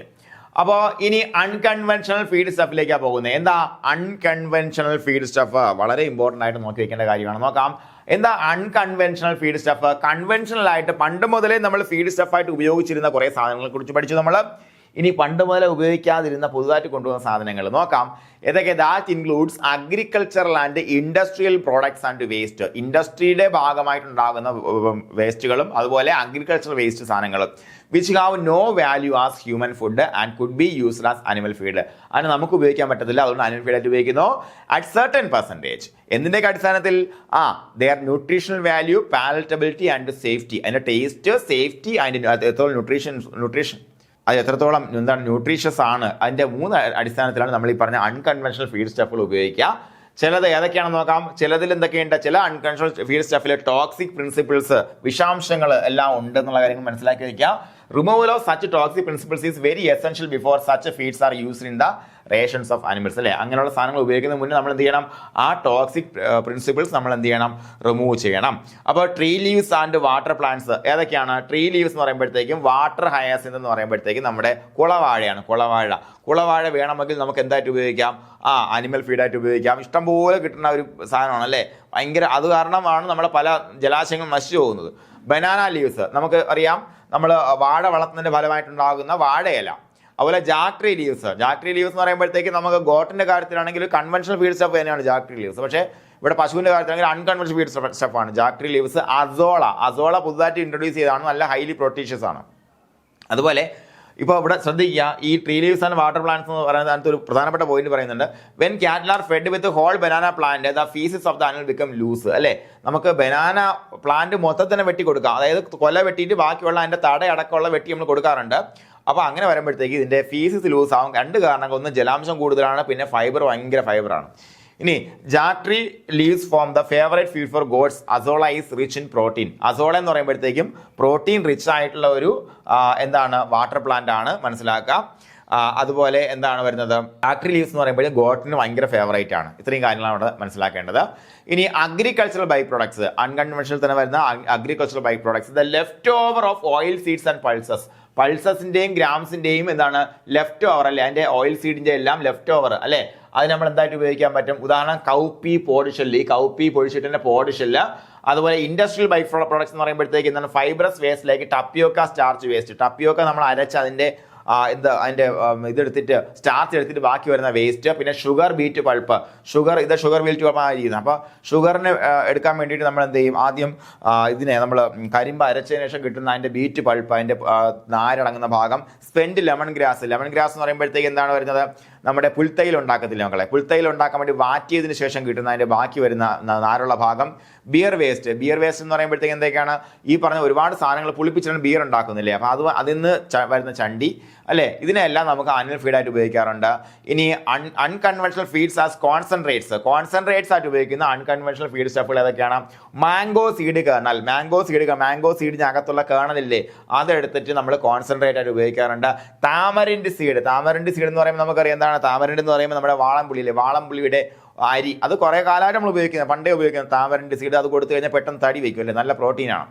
റബ്ബർ സീഡ് എന്ന് പറയുമ്പോൾ അതിനകത്ത് ടോക്സിക് പ്രിൻസിപ്പിൾസ് ഉണ്ട്, ഞാൻ നേരത്തെ പറഞ്ഞ പോലെ. അപ്പോൾ അത് നമുക്ക് ആ ടോക്സിക് പ്രിൻസിപ്പിൾസ് റിമൂവ് ചെയ്യുന്ന ശേഷം മാത്രമേ ഉപയോഗിക്കാൻ പറ്റത്തുള്ളൂ. റബ്ബർ അരി പറക്കിയിട്ടുണ്ടോ നിങ്ങൾ? നമ്മളൊക്കെ പണ്ട് റബ്ബർ അരി പറക്കി വെച്ചിട്ടുണ്ട്. അതായത് റബ്ബർ ഈ പറഞ്ഞ നമ്മുടെ സ്കൂൾ അടയ്ക്കുന്ന സമയത്താണ് റബ്ബർ പൂത്ത് പിന്നെ ഇലപൊഴിയും ശിശിരത്തിൽ. അപ്പോൾ സ്കൂൾ അടയ്ക്കും. സ്കൂൾ തുറക്കാറാകുമ്പോഴത്തേക്ക് റബ്ബറിൻ്റെ അരി പൊട്ടും. ഈ അരി പൊട്ടുമ്പോഴത്തേക്ക് അരി ഇങ്ങനെ തെറിച്ച് വീഴും. അപ്പോൾ അത് നമ്മൾ എന്ത് ചെയ്യും? പോയി പറക്കി എടുത്തുകൊണ്ട് 1 കിലോയ്ക്ക് അന്ന് എനിക്കൊന്ന് 2 രൂപ 1 രൂപ എന്ന് കിട്ടും. അപ്പോൾ അങ്ങനെ പോയി പറക്കി കിലോ കണക്കാക്കിയിട്ട് 10 രൂപയൊക്കെ നമ്മൾ സമ്പാദിച്ചിട്ടുണ്ട് പണ്ട് കുഞ്ഞുനാളിൽ. എന്തിനാണ് ഉപയോഗിക്കുന്നത്? അതിനകത്തുള്ള സാധനം ഹൈലി ഓയിലുള്ള സാധനമാണ്. അപ്പോൾ അതിൻ്റെ ഓയിൽ എടുത്ത് പല ആവശ്യങ്ങൾക്ക് ഉപയോഗിക്കാറുണ്ട്. അപ്പോൾ അതിനുശേഷം കിട്ടുന്ന കേക്കോ, ആ കേക്കിനകത്തുണ്ടാകുന്ന ടോക്സിക് പ്രിൻസിപ്പിൾസ് മാറ്റിയിട്ട് വേണമെങ്കിൽ കോൺസെൻട്രേറ്റ്സ് ആയിട്ട് ഉപയോഗിക്കാം, കാരണം ഇത് പ്രോട്ടീനിഷ്യസ് ആണ്. ഇനി ടീ ശേഷമുള്ള പിത്ത്, അതിൻ്റെ വേസ്റ്റ്. അതുപോലെ കോക്കനട്ട് പിത്ത് എന്ന് പറയുമ്പോൾ കയർ വേസ്റ്റ്, അതായത് നമ്മൾ കയറുണ്ടാക്കാൻ വേണ്ടിയിട്ട് അഴുക്കിയിട്ട് ഉപയോഗിക്കുന്നതല്ലേ, അഴുക്കി എടുത്തു കഴിഞ്ഞാൽ അതിൻ്റെ കയർ വേസ്റ്റ് അങ്ങ് അഴുകിപ്പോകും. അതല്ലാതെ തന്നെ അടിച്ചടിച്ച് നമ്മൾ അതിൻ്റെ പിത്തുണ്ടല്ലോ, ഇതിൻ്റെ ഇടയ്ക്കുള്ള നാരാണ് നമ്മൾ കയറായിട്ട് നാരിൻ്റെ ഇടയ്ക്കുള്ള സാധനം, തൊണ്ട് പൊളിക്കുമ്പോഴുള്ള സാധനം, അതാണ് കോക്കനട്ട് പിത്ത് എന്ന് പറയുന്ന സാധനം. ഇതെല്ലാം നമുക്ക് എന്താണ്? കോൺസെൻട്രേറ്റ്സ് ആയിട്ട് ഉപയോഗിക്കാൻ പറ്റുന്ന അൺകൺവെൻഷണൽ ഫീഡ് സ്റ്റഫുകളാണ്. ഇനി vegetable and fruit processing waste നമുക്കറിയാം in general the food waste are rich in soluble carbohydrate. Fruits എന്ന് പറയുമ്പോഴത്തേക്കും സോളബിൾ കാർബോഹൈഡ്രേറ്റിന് റിച്ച് ആണ് അല്ലേ. സോളബിൾ കാർബോഹൈഡ്രേറ്റ്സ് ഇഷ്ടം പോലെ അതിനകത്ത് ഉണ്ടായിരിക്കും. 70 to 80% ഫ്രൂട്ട് വേസ്റ്റുകൾ നമുക്ക് കഴിക്കാൻ പറ്റാത്ത ഇച്ചിരി ചെറുതായിട്ട് ചീഞ്ഞതൊക്കെ ആയിട്ടുള്ള സാധനങ്ങൾ അല്ലേ. അതുപോലെ വെജിറ്റബിൾ വേസ്റ്റ് അതിനകത്ത് കൂടുതലും പ്രോട്ടീൻ ഉണ്ടായിരിക്കും. ഉദാഹരണം കോളിഫ്ലവർ ആണെന്നുണ്ടെങ്കിലും അതുപോലെ empty ആയിട്ടുള്ള പീ പോഡ് എന്ന് പറയുമ്പോഴത്തേക്കും നമുക്ക് കൗപ്പിയുടെ ഒക്കെ പോഡുകൾ ചിലപ്പോൾ എന്ത് കിട്ടും, empty ആയിട്ട് കിട്ടും. കാരണം അതിനകത്ത് എന്തുണ്ടാവില്ല, ഈ സാധനം ഉണ്ടാവത്തില്ല. അങ്ങനെയുള്ള സാധനങ്ങളൊക്കെ നമ്മൾ പാറ്റി പറയി കളയത്തില്ലേ, ആ സാധനങ്ങളൊക്കെ റിച്ച് ഇൻ പ്രോട്ടീൻസ്. വെജിറ്റബിൾ വേസ്റ്റുകൾ കൂടുതലും പ്രോട്ടീൻ റിച്ച് ആയിട്ടുള്ള സാധനങ്ങളാണ് ആ സാധനങ്ങൾ വരിക. അതുപോലെ ഫ്രൂട്ട് വേസ്റ്റ് ആണെന്നുണ്ടെങ്കിൽ എന്താണ്, കാർബോഹൈഡ്രേറ്റ്, സോളബിൾ കാർബോഹൈഡ്രേറ്റ് റിച്ച് ആയിരിക്കും. അതുപോലെ സീ വീഡ്സ് ആൻഡ് ഫിഷ് നോക്കാം. After proper extraction can be used as feed for cattle. ഫിഷിനെ ആണെന്നുണ്ടെങ്കിലും അതുപോലെ സീ വീഡ് ആണെന്നുണ്ടെങ്കിലും നമുക്ക് കാറ്റിലിന് തീറ്റയായിട്ട് കൊടുക്കാൻ പറ്റും. നല്ല എക്സ്ട്രാക്ഷൻ ഒക്കെ ചെയ്തതിനു ശേഷം നമുക്ക് കൊടുക്കാൻ പറ്റും. ഓക്കെ അല്ലേ മക്കൾ പറഞ്ഞത്? ഓക്കെ അല്ലേ? അപ്പോൾ ഇനി നമ്മൾ cultivation details of different fodder ഗ്രാസുകളാണ് നോക്കുന്നത്. ഇതിനു മുന്നേ ചോദിച്ചിട്ടുണ്ട്. നോക്കാം. Guinea grass seed or rooted slips or stem cuttings ആയിരുന്നു ഗിനിയ ഗ്രാസ് നടുന്നത്. അത് അതിന്റെ ടോളറൻസ് നോക്കുമ്പോഴത്തേക്കും തണുപ്പിനെ ചെറുക്കാനുള്ള ശേഷി കുറവാണ്, ഡ്രോട്ടിനെ ചെറുക്കാനുള്ള ശേഷി കൂടുതലാണ്, വാട്ടർ ലോഗിനെ ഫെയർ ആയിട്ട് ചെറുക്കാൻ പറ്റും. ഈൽഡ് പഠിച്ചു വെച്ചേക്കുക 80 മുതൽ 100 ടൺ. കണ്ടോ? അടുത്ത പാരാഗ്രാസ്. അവിടെ നോക്കാം, വാട്ടർ ലോഗിങ് വെരി ഗുഡ് ആണ്, ഡ്രോട്ട് പൂറാണ്, ഫ്രോസ്റ്റ് പൂറാണ്. ഫ്രോസ്റ്റ് എല്ലാത്തിനും പൂറാണ് കേട്ടോ. വാട്ടർ ലോഗിങ് ആണ് നിങ്ങൾ പഠിച്ചു. ഇത് ചോദിക്കുന്ന സാധനമാണേ, ഇത് ചോദിക്കും. ഓക്കെ, ഇതൊന്നും ചോദിക്കൂല, ഇത് വേറെ ചോദിക്കൂല. പിന്നെ ഇതിന്റെ ഈൽഡ് ചിലപ്പോൾ ചോദിക്കാം. ഇതാണ് ഏറ്റവും കൂടിയ ഈൽഡ്. ഏത്? Hybrid napier. അപ്പോൾ para grass seeds or stem cuttings വെച്ച് നടാം. അതുപോലെ hybrid napier stem cuttings root slips ആണ് കൊടുക്കുന്നത്. റൂട്ട് സ്ലിപ്സ് എന്ന് പറയുമ്പോഴത്തേക്കും നമ്മൾ മുളപ്പിച്ച റൂട്ടുകളുള്ള സ്റ്റെം കട്ടിങ് ആണ്. സ്റ്റെം കട്ടിങ് എന്ന് പറയുമ്പോൾ വെറുതെ സ്റ്റെം മുറിച്ച് തണ്ട് മുറിച്ച് നട്ടാലും അതിനെ മുളപ്പിച്ചെടുക്കാൻ പറ്റും. ഡ്രോട്ടും ഫ്രോസ്റ്റും പറ്റത്തില്ല. വാട്ടർ ലോഗിങ് ചെറുതായിട്ടാണ് കുഴപ്പമില്ല. ഈൽഡ് കണ്ട 200 to 300 ടൺ പെർ ഹെക്ടർ ആണ്. ഭയങ്കര ഈൽഡാണ്. ഇനി അടുത്ത കോങ്കോ സിഗ്നല്, അത് സീഡും സ്ലിപ്സും കൊടുക്കാറുണ്ട്. ഫ്രോസ്റ്റ് എല്ലാത്തിനും പൂറാണ്. ഡ്രോട്ട് ഫെയർ, വാട്ടർ ലോയിങ് fair. Okay fine. Cowpea seeds ആണ് കൊടുക്കാറുള്ളത്. ഓക്കെ, അതുപോലെ സുബാബുളും സീഡ്സ് ആണ് സാധാരണ കൊടുക്കാറുള്ളത്. അപ്പോൾ ഇത്രയും കാര്യങ്ങൾ ഇതും ഒരു ചാർട്ടായിട്ട് നിങ്ങൾ വയ്ക്കുക. എന്നിട്ട് ഇടയ്ക്കിടയ്ക്ക് ഇതിൻ്റെയൊക്കെ ഈ പറഞ്ഞ പോലെ ഈൽഡ് കൃത്യമായിട്ട് നോക്കുക. അതുപോലെ വാട്ടർ ലോഗിങ്ങിൻ്റെ കാര്യത്തിൽ അവിടെ ഒരെണ്ണം മാത്രം ഇവിടെ നല്ല എടുത്ത് ചോദിച്ചു, മറ്റിടത്തുനിന്ന് ചോദിച്ചു കേട്ടോ. ചോദിച്ച സോഴ്സ് ഞാൻ കൃത്യമായിട്ട് പറഞ്ഞു വെച്ചിട്ടുണ്ട്. അപ്പോൾ ഇതിൻ്റെ പ്രീവിയസ് ക്വസ്റ്റ്യൻസ് എന്തൊക്കെയാണ് ഏതൊക്കെയാണ് നമുക്ക് ആൻസർ ചെയ്യാൻ പറ്റുന്നത് നോക്കണ്ടേ മക്കളെ? നോക്കണം. ഇത്രയും പഠിച്ചതിന് ശേഷം ഈ പ്രീവിയസ് ക്വസ്റ്റ്യൻസ് എല്ലാം ആൻസർ ചെയ്യാൻ പറ്റില്ലെങ്കിൽ നമ്മളെ എടുത്ത് പട്ടിക്കിട്ട് കൊടുക്കണ്ടേ? എടുക്കണം. അപ്പോൾ പ്രീവിയസ് ക്വസ്റ്റ്യൻ നമുക്ക് ആൻസർ ചെയ്യാൻ പറ്റണം. ഇത്രയും പഠിച്ചാൽ നിങ്ങൾ കൂടുതലൊന്നും പഠിക്കണ്ട. നോക്കാം. Fat provides dash times. ഉത്തരം പറഞ്ഞേ, ഉത്തരം കമന്റ് ചെയ്യ്. ഏതാണ്? 2.25 അല്ലേ? Feed constant in which crude fibre is less than 18%, 18% താഴെയാണെങ്കിൽ അതിന് നമ്മൾ എന്തെന്ന് വിളിക്കും മക്കളെ? കോൺസെൻട്രേറ്റ് എന്ന് വിളിക്കും. നിങ്ങൾക്കറിയാം. Dash is a leguminous fodder with high protein content and preferred in association with non leguminous fodder. എന്തോ ആയിക്കോട്ടെ, പാപ്പിലിനസെ ഫാമിലി എന്താണ് ഹൈ പ്രോട്ടീൻ കണ്ടന്റ് ഏതാണ് വരുന്നത്? എന്താണ്? ഓട്സ് അല്ല, നമുക്കറിയാം. ഗിനി ഗ്രാസ് അല്ല, നമുക്കറിയാം. ബസീമോ അല്ല, കൗപ്പി ആണ് അല്ലേ? നമുക്ക് പഠിച്ചാണ്. അപ്പൊ അടുത്ത ക്വസ്റ്റ്യൻ നോക്കടാ. Drought and shade tolerant fodder crop suitable for cultivation in saline soil of Kerala. കുറച്ച് ബുദ്ധിപൂർവ്വം എഴുതേണ്ടതാണ്. എന്തായാലും drought resistant hybrid Napier drought resistant അല്ലേ, വെള്ളം ഉണ്ടെങ്കിലേ പറ്റത്തുള്ളൂ. പാരാഗ്രാസ് പറ്റത്തേ ഇല്ല. പിന്നെ ആകെ ഉള്ളത് കോങ്കോ സിഗ്നലും ഗിനി ഗ്രാസും ആണ്. കോങ്കോ സിഗ്നലും ഗിനി ഗ്രാസും എടുത്ത് നോക്കുമ്പോഴത്തേക്ക് നമ്മൾ കൃത്യമായിട്ട് എന്താ ഡ്രോട്ട് റെസിസ്റ്റൻസ് അല്ലെ ഷെയ്ഡ് നമുക്ക് കോങ്കോ സിഗ്നൽ പറഞ്ഞിട്ടുണ്ട്. പക്ഷേ ഡ്രോട്ട് എന്ന് പറയുമ്പോഴത്തേക്കും 4-5 വർഷം അവിടെ എന്താണ് നമുക്ക് ഈ പറഞ്ഞ പോലെ മാംഗോ ഓർക്കാഡ് ആണെന്നുണ്ടെങ്കിലും എവിടെയാണെന്നുണ്ടെങ്കിലും നിൽക്കുമെന്ന് ഉറപ്പ് പറഞ്ഞ സാധനം എന്താണ്? ഗിനി ഗ്രാസ് ആണ് അല്ലേ? ഗിനി ഗ്രാസ് ആണ് ഉത്തരമായിട്ട് വരുന്നത്. അതുപോലെ റഫേജ് ഷുഡ് കണ്ടെയ്ൻ എത്ര? ലെസ് ദാൻ ആണോ? അല്ല, more than 18% crude fibre. Repeat question. ഇനി നോക്കാം മക്കളെ. അടുത്തത് an example for legume fodder tree. ഒറ്റ ഉത്തരം എന്താണ്? സുബാബുൾ. നമുക്കറിയാം. ജാക്ക് ഫ്രൂട്ട് അല്ല, കോക്കനട്ട് ട്രീയും അല്ല. ഇനി DCB content of paddy straw അടുത്ത പഠിക്കാം കേട്ടോ. അടുത്ത ക്ലാസ്സിൽ വരുന്നുണ്ട്. Name the grass that can be cultivated as an intercrop in arecanut and coconut plantation. നമുക്കറിയാം. കൗപ്പി പറ്റില്ല, അസോള പറ്റില്ല, പാരാഗ്രാസ് പറ്റില്ല, ഗിനി ഗ്രാസ് കൃത്യമായിട്ട് നമ്മൾ പഠിച്ചിട്ടുണ്ട് അല്ലേ? Option A guinea grass. അതുപോലെ the percentage of water content in ഹേയുടെ ക്ലാസ് അടുത്തല വരാം. അതുപോലെ feed ingredient which is a good source of B complex vitamin rice bran ആണ് വരിക. അതുപോലെ fodder best suit in water logged area ചോദിച്ചിട്ടുണ്ട് അല്ലേ? ഏതാണ് മക്കളെ? പാരാഗ്രാസ് ആണ് വരിക അല്ലേ? അതുപോലെ feed stuff having lowest amount of protein highest amount of crude fibre. അത് ആക്ച്വലി ഇവിടെ വരുന്നതല്ല, ഹെയ്ഡ് അല്ല, സ്ട്രോയുടെ ഭാഗത്ത് വരുന്നതാണ്. സ്ട്രോ ആണ് അതിൻ്റെ ഉത്തരം, പറഞ്ഞുതരാം. അതുപോലെ dash is a legume fodder rich in protein and calcium. പ്രോട്ടീനും കാൽഷ്യത്തിനും റിച്ചിനായിട്ടുള്ള ലെഗ്യൂം ഫോഡർ എന്ന് വെച്ച് കഴിഞ്ഞാൽ എന്താണ്? കൗപ്പി വരുന്നുണ്ട്, ഗിനി ലെഗ്യൂം ഫോഡർ അല്ല, പാരാഗ്രാസ് അല്ല, നേപ്പിയറും അല്ല. അത് ലെഗ്യൂം ഫോഡർ ആയിട്ട് ഒറ്റ എണ്ണം മാത്രമേ കൗപ്പി അല്ലേ. അതുപോലെ അടുത്ത ദിവസം ഹൈബ്രിഡ് നേപ്പിയർ ഏതൊക്കെ? പാരാഗ്രാസിന്റെയും അല്ല, പാരാഗ്രാഫ്സ് അല്ല, എലഫന്റ് ഗ്രാസിന്റെയും ബജ്രയുടെയും ക്രോസ് ആണ് ഹൈബ്രിഡ് നേപ്പിയർ പഠിച്ചാണ്. അതുപോലെ കിങ് ഓഫ് ഫോഡർ എന്ന് പറഞ്ഞാൽ നമുക്ക് ഏതാണ്? ബർസീമാണ് കിങ് ഓഫ് ഫോഡേഴ്സ് എന്നറിയപ്പെടുന്നത് ഇന്ത്യൻ കോണ്ടെക്സ്റ്റില്. അതുപോലെ which of the following is a legume fodder. Legume fodder അതിൽ പറഞ്ഞിരിക്കുന്ന ഏതാണ് മക്കളെ? കൗപ്പിയാണ് ലെഗ്യൂം ഫോഡർ പറഞ്ഞ, ബാക്കിയൊന്നും ലെഗ്യൂം അല്ല. നമുക്കറിയാം minimum crude protein content of grade 1 compound cattle feed as per BIS standard പ്രകാരം മിനിമം ക്രൂഡ് പ്രോട്ടീൻ ഗ്രേഡ് 1 എത്ര വേണം? 22% വേണം. അതുപോലെ the fodder grass that is suited four cultivation water logged area നമുക്കറിയാം ഏതാണ്? പാരാഗ്രാസ് ആണ് അല്ലേ. നമുക്ക് എല്ലാത്തിന്റെ ഉത്തരം നമുക്ക് കിട്ടുന്നുണ്ട് അല്ലേ. Very good. അപ്പൊ നമ്മൾ ചോദ്യങ്ങളിലേക്ക് കിടക്കണം മക്കളെ, നോക്കാം.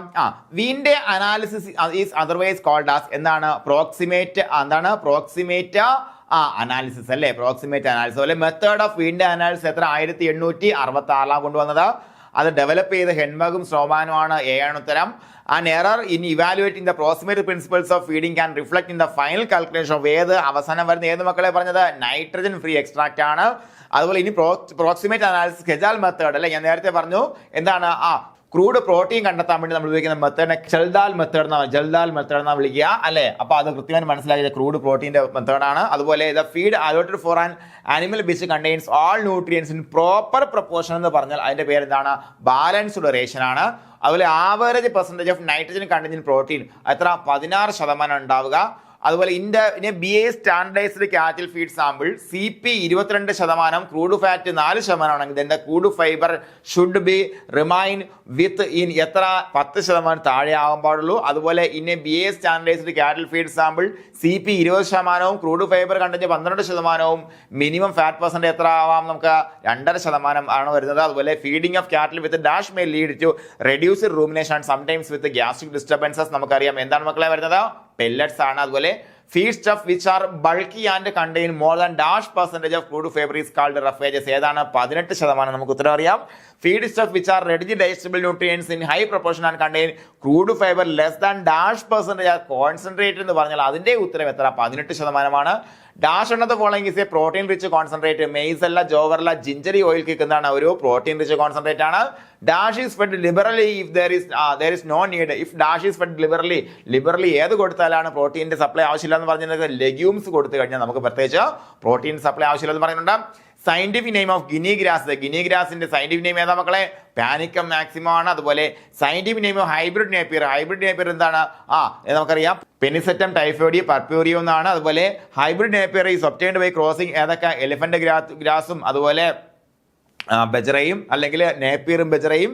അതുപോലെ സയന്റിഫിക് നെയിം ഓഫ് പാരാഗ്രാഫ്സ് നമുക്കറിയാം ഏതാണ് വരുന്നത്? ബ്രാക്കിയാറിയ മ്യൂട്ടിക്കയാണ്. അതുപോലെ പാരാഗ്രാഫ് ബ്രസീലിന്റെ നേറ്റീവ് ആണ്, അത് നമുക്കറിയാം. Dash fodder is well adapted to water logged ഏരിയാസിന് ഏറ്റവും കൂടുതൽ അഡാപ്റ്റ് ആയിട്ടുള്ള സാധനം ഏതാണ് മക്കളെ? പാരാഗ്രാസ് ആണ് നമുക്കറിയാം. Scientific name of Congo signal നമുക്കറിയാം ഏതാണ്? ബ്രാക്കിയാറിയ റൂസിസിനിസിസ് ആണ്. അതുപോലെ ഈൽഡ് ഓഫ് ഗിനി ഗ്രാസ് നിങ്ങൾ നോക്കി വെച്ചോണം. 80 ton hectare 80 to 100 ton per hectare ആണ്. പാരാഗ്രാസ് ആകുമ്പോഴത്തേക്കും 60 to 100 ടൺ പെർ ഹെക്ടർ ആണ്. അതുപോലെ yield of hybrid napier grass per hectare hybrid napier അത്ര 200 to 300 ടൺ പെർ ഹെക്ടർ ആണ് അല്ലേ. അതുപോലെ കോങ്കോ സിഗ്നൽ എടുക്കുമ്പോഴത്തേക്കും നമുക്ക് കുറച്ചുകൂടെ കുറവാണ്. എത്രയാണ്? 50 to 100 ടൺ പെർ ഹെക്ടർ ആണ്. കൗപ്പി എടുക്കുമ്പോഴത്തേക്കും നമുക്ക് എത്ര വരും? 40 ടൺ പെർ ഹെക്ടർ ആണ്. അതിൽ yield of subabul per hectare ആണെങ്കിൽ എത്ര? 40 to 50 ടൺ ആണ് വരുന്നത്. അതുപോലെ dash grass is well adapted to ഡ്രോട്ടിന് ഏറ്റവും കൂടുതൽ അഡാപ്റ്റ് ആയതാണ് നമുക്കിവിടെ അറിയാം. സുബാബുൾ, കൗപ്പിയും അതുപോലെ ഗിനിയും നമുക്ക് അല്ലേ ആൾ ഓഫ് ദ ആണ് ഡ്രോട്ടിന് അഡാപ്റ്റേഷൻ ഉള്ളത്. അതുപോലെ to obtain crude protein content of the feed the total nitrogen should be multiply by a factor എത്ര? 6.25 എന്നുള്ള ഫാക്ടർ വെച്ചാൽ മൾട്ടിപ്ലൈ ചെയ്യേണ്ടത്. അതുപോലെ BIS standardised cattle feed sample CP 22% and as a crude fibre content 10% ഇഷ്ടായ minimum fat percentage എത്ര? 4%. Dash of the following is not a leguminous fodder. Subabul ആണ്, cowpea ആണ്, Congo signal അല്ല അല്ലേ, കോങ്കോ സിഗ്നൽ അല്ല. Dash of the following is a leguminous fodder. Subabul ആണ്, ആൽഫ ആണ് അല്ലേ. അപ്പോൾ A and B ആണ് ഉത്തരം, D ആണ് ഉത്തരം.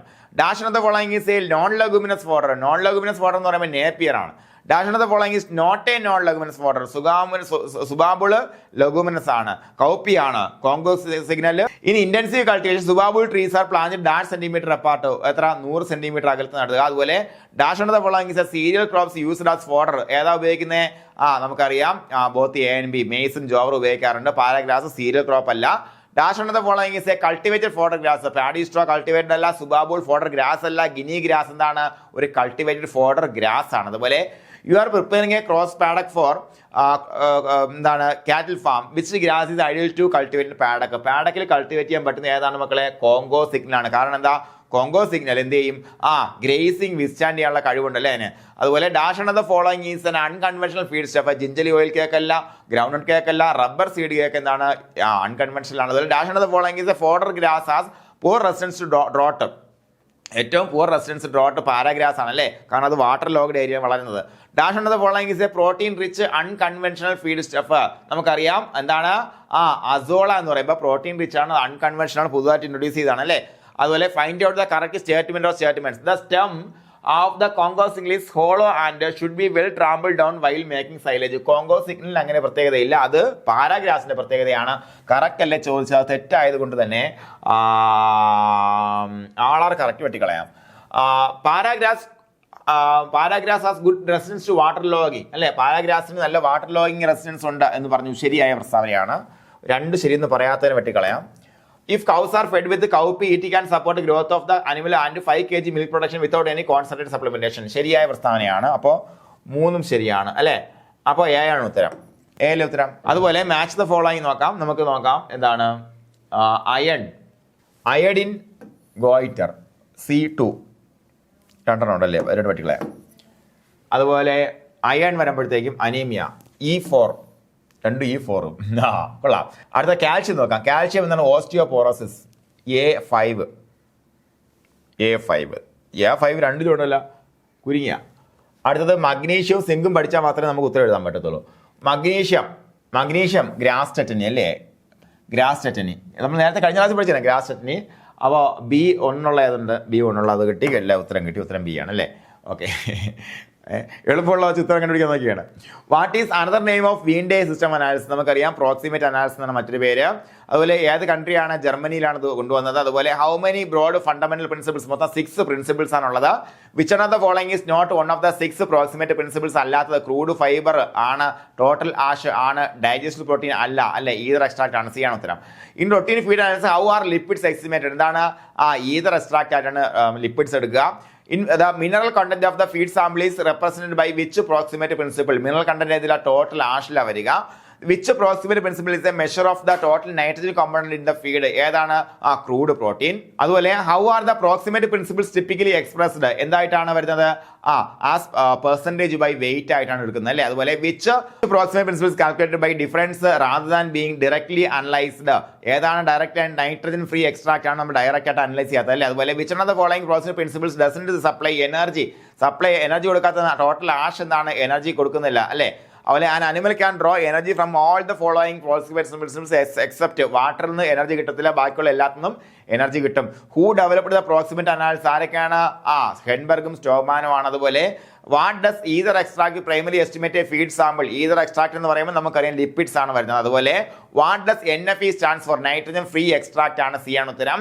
Which principle represents the indigestible carbohydrate in a feed stuff? ഏതാണ് വരുന്നത് മക്കളെ? ക്രൂഡ് ഫൈബർ ആണ്. അതുപോലെ the total carbohydrate component of a feed is represented by the sum of എന്തിൻ്റെയൊക്കെയാണ്? Crude fibre and nitrogen free extract അല്ലേ. അതുപോലെ find out the statement that are true about the proximate analysis. നോക്കുക, the method was developed by Henneberg and Stoberg in 1866. True അല്ലേ? ശരിയായ പ്രസ്താവനയാണ്. True ചോദിച്ചിരിക്കുന്നു, അതുകൊണ്ട് ഇത് വെട്ടിക്കളയാം. It is also known as elemental analysis. അങ്ങനെ പറയുന്നില്ല, തെറ്റായ പ്രസ്താവനയാണ്. അതുകൊണ്ട് തന്നെ 2 ശരി എന്ന് പറയുന്ന എല്ലാം വെട്ടിക്കളയാം. ഉത്തരം എ ആയിരിക്കും. കണ്ടില്ലേ മക്കളെ? ഉത്തരം എ അല്ലേ? Okay, very good. അടുത്തത് find out the statement that are not true about the proximate principles. നോക്കൂ, ether extract is used to estimate the lipid content of the feed. Ether extract ശരിയാണ്, lipid കണ്ടന്റിനെ കണക്കാക്കാൻ മനസ്സിലാക്കുന്നത്. അപ്പോൾ 1 തെറ്റ് എന്ന് പറഞ്ഞു കഴിഞ്ഞാൽ വെട്ടിക്കളയാം അല്ലേ. ഇത് വെട്ടാം. ഉത്തരം ബി ആയിരിക്കും. ഒറ്റ സ്റ്റേറ്റ്മെന്റിൽ ഉത്തരം കിട്ടിയില്ലേ മക്കളെ? ബാക്കി നോക്കാം. ബാക്കി 2, 3, 4 ശരിയാവണ്ടേ. Total ash represents the mineral content of the feed. ശരിയാണ്. മിനറൽ കണ്ടന്റ് ടോട്ടൽ ആഷിലാണ് വരുന്നത്. Nitrogen free extract is directly analysed in laboratory. NFE 3 തെറ്റല്ലേ? അതെ, 3 തെറ്റാണ്. അത് crude fibre is sole source of energy for animal. ഇത് മാത്രമല്ല, ബാക്കിയുള്ള ഒരുപാട് എനർജി സോഴ്സ് ഉണ്ടല്ലേ. അപ്പൊ 3, 4 തെറ്റാണ്. ഒറ്റ സ്റ്റേറ്റ്മെന്റ് ഉത്തരം കിട്ടിയല്ലേ. Find out the statement that are true regarding energy and protein feed. The protein part of the diet is only derived from the crude protein content. Protein part എന്ന് പറയുമ്പോഴത്തേക്കും crude protein മാത്രമേ എടുക്കാൻ പറ്റത്തുള്ളൂ അല്ലേ. അപ്പോൾ true അല്ലേ ചോദിച്ചത്? True. അപ്പോൾ ഇത് ട്രൂ ആണ്. അതുകൊണ്ട് ഇത് വെട്ടാം. Total ash is a major source of energy for farm animals. തെറ്റാണ്. 2 ശരിയെന്ന് പറയുന്നത് എല്ലാം വെട്ടാം. An animal can draw energy from crude fiber, either extract and nitrogen free extract. Crude fiber എന്നും either extract എന്നും NFE എന്നും എനർജി കിട്ടും. ശരിയായ പ്രസ്താവനയാണ്. അതുകൊണ്ട് 3 ശരിയെന്ന് പറയാത്ത എല്ലാം കളയാം. ഉത്തരം C ആയിരിക്കും അല്ലേ. ഉത്തരം C തന്നെ. Okay, very good. അടുത്ത് നോക്കാം. What is the 24-hour ration? എന്താണ് റേഷൻ എന്ന് പറയും? 24 hour കൊടുക്കുന്നതിന് റേഷൻ എന്ന് പറയും. അതുപോലെ ഇതെന്താണ്? നമുക്ക് എല്ലാം റിക്വയർമെന്റ് മീറ്റ് ചെയ്യണമെങ്കിൽ എന്തെന്ന് പറയാൻ ബാലൻസ് റേഷൻ എന്ന് പറയും. On average what percentage nitrogen is found? എത്ര? 16% നൈട്രജൻ വരിക. How is crude protein estimated by the nitrogen കിട്ടി എത്ര വെച്ച് മൾട്ടിപ്ലൈ ചെയ്യും? 6.25 കൊണ്ട് മൾട്ടിപ്ലൈ ചെയ്യും. അതുപോലെ what is the portion of crude protein that is generally considered digested അല്ലേ. അതിനെന്ന് വിളിക്കും ഡൈജസ്റ്റഡ് ക്രൂഡ് പ്രോട്ടീൻ എന്ന് വിളിക്കും. അതുപോലെ generally what percentage of crude protein is considered digestible? എത്ര? 75% നമ്മൾ അങ്ങനെ ഡൈജസ്റ്റബിൾ ആയിട്ട് കൺസിഡർ ചെയ്യുന്നത്. How are the protein requirements of animals like ruminants typically expressed? റൂമിനൻസിന് എങ്ങനെ DCP എന്നാണ്. DCP ഡൈജസ്റ്റബിൾ ക്രൂഡ് പ്രോട്ടീൻ എന്ന പേരിലാണ് നമ്മൾ എക്സ്പ്രസ് ചെയ്യുക. അതുപോലെ for which type of animal are energy requirements specifically ME മെറ്റബിളൈസുള്ള എനർജി പൗൾട്രിക്കാണ് അങ്ങനെ ME എന്നുള്ള ഒരു ടേമിൽ നമ്മൾ എക്സ്പ്രസ് ചെയ്യുക. അതുപോലെ in the TDN calculation energy value of digestible fat അല്ലെങ്കിൽ ether extract is multiply by which factor to equate with carbohydrates? 2.25 വെച്ചാണ് നമ്മൾ അതിനെ മൾട്ടിപ്ലൈ ചെയ്യുക നമ്മൾ പറഞ്ഞു. കാരണം അത്രയും ടൈംസ് ഓഫ് എനർജി അത് കൊടുക്കുന്നുണ്ട്. വിച്ച് ഓഫ് ദ ഫോളോയിങ് നോക്കുക. TDN പെർസെന്റേജ് എന്ന് പറയുമ്പോൾ എന്താണ്? DCP കൂട്ടണം, അതുപോലെ ഡൈജസ്റ്റബിൾ ക്രൂഡ് ഫൈബർ കൂട്ടണം അല്ലേ. അതുപോലെ എന്ത് കൂട്ടണം? ഏതിനെ? ഈതർ എക്സ്ട്രാക്റ്റിന് നമ്മൾ 2.25 കൊണ്ട് മൾട്ടിപ്ലൈ ചെയ്യണം അല്ലേ. ഓക്കെ. ഡൈജസ്റ്റബിൾ ഈതർ എക്സ്ട്രാക്റ്റിന് നമ്മൾ എന്ത് ചെയ്യണം? അങ്ങനെ മൾട്ടിപ്ലൈ ചെയ്തെടുക്കണം. ഓക്കെ. അതുപോലെ what does TDN primary refer to? TDN എന്ന് പറയുമ്പോഴത്തേക്ക് എന്താ പറയുന്നത്? Total digestible nutrients, the energy value of the feed അല്ലേ. അതുപോലെ എന്താണ്? Which 2 digestible components give almost same unit of energy in the TDN system? ഏതൊക്കെയാണ് മക്കളെ? കാർബോഹൈഡ്രേറ്റ്, പ്രോട്ടീനും അല്ലേ. അതുപോലെ which of the following animals would have the highest energy needs? ഏതാ വരുന്നത്? ഇതിൽ ഏറ്റവും കൂടുതൽ എടുക്കുമ്പോഴത്തേക്ക് നമുക്ക് നോക്കുമ്പോൾ ഡ്രൈ ഔട്ട് ഓഫ് മിൽക്ക് അല്ല, ലാക്ടേറ്റിംഗ് കൗ, യങ് കാഫ് ഉണ്ട്, ഇന്ത്യൻ സീഫർ ഉണ്ട്. അതിൽ ഏറ്റവും കൂടുതൽ എനർജി റിക്കമെൻഡ് വരുന്ന ആർക്കായിരിക്കും? ലാക്ടേറ്റിംഗ്, പാല് കറക്കുന്ന പശുവിന് തന്നെ ആയിരിക്കും അല്ലേ. അതുപോലെ how does the TDN recommend of an exotic heifer compare to that of indigenous heifer? Exotic ഹീഫറിന് കൂടുതൽ TDN ആവശ്യമായിട്ട് വരും അല്ലേ. Exotic heifers need more TDN. Okay. അതുപോലെ find out the statement that are true about rations. A ration is the feed an animal receives over a 24-hour period എന്ന് പറഞ്ഞാൽ ശരിയായ പ്രസ്താവനയാണോ? ശരിയായ പ്രസ്താവന തന്നെയാണല്ലേ.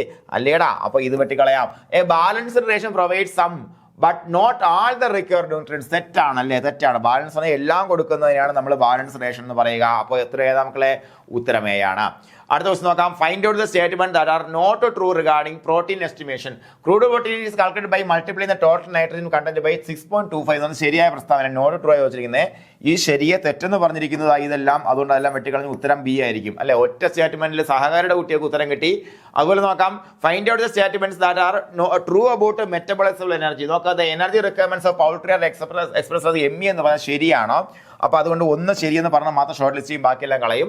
The energy requirements for ruminants are expressed as ME. റൂമിനൻസിന്റെ ME എന്നല്ല TDN എന്നാണ് നമ്മൾ എക്സ്പ്രസ് ചെയ്യുക. അതുകൊണ്ട് അത് വെട്ട്. അപ്പോൾ അത് തെറ്റാണ്. അപ്പോൾ അതുകൊണ്ട് തന്നെ നമുക്ക് ഇത് കളെ ഉത്തരം ഏതായിരിക്കും മക്കളെ? B ആയിരിക്കും. അതുപോലെ find out the statements that are not true about total digestible nutrients. TDN is used to describe the energy requirements of ruminants. ശരിയായ പ്രസ്താവനയാണ്. നോട്ട് ട്രൂ ആ ചോദിച്ചിരിക്കുന്നത്. ഇത് പാവപ്പെട്ട ഒന്നിനെ തെറ്റെന്ന് C പറഞ്ഞിരിക്കുന്നു, Aയും പറഞ്ഞു. അത് വെട്ടിക്കളയും. In the TDN formula digestible fat is given in the same energy value as digestible protein. Digestible fat digestible protein same value ആണോ? അല്ല, തെറ്റാണ് അല്ലേ. തെറ്റായത് കൊണ്ട് തന്നെ അത് രണ്ടും പറഞ്ഞിട്ടുണ്ട്. TDN refers to energy value of a feed.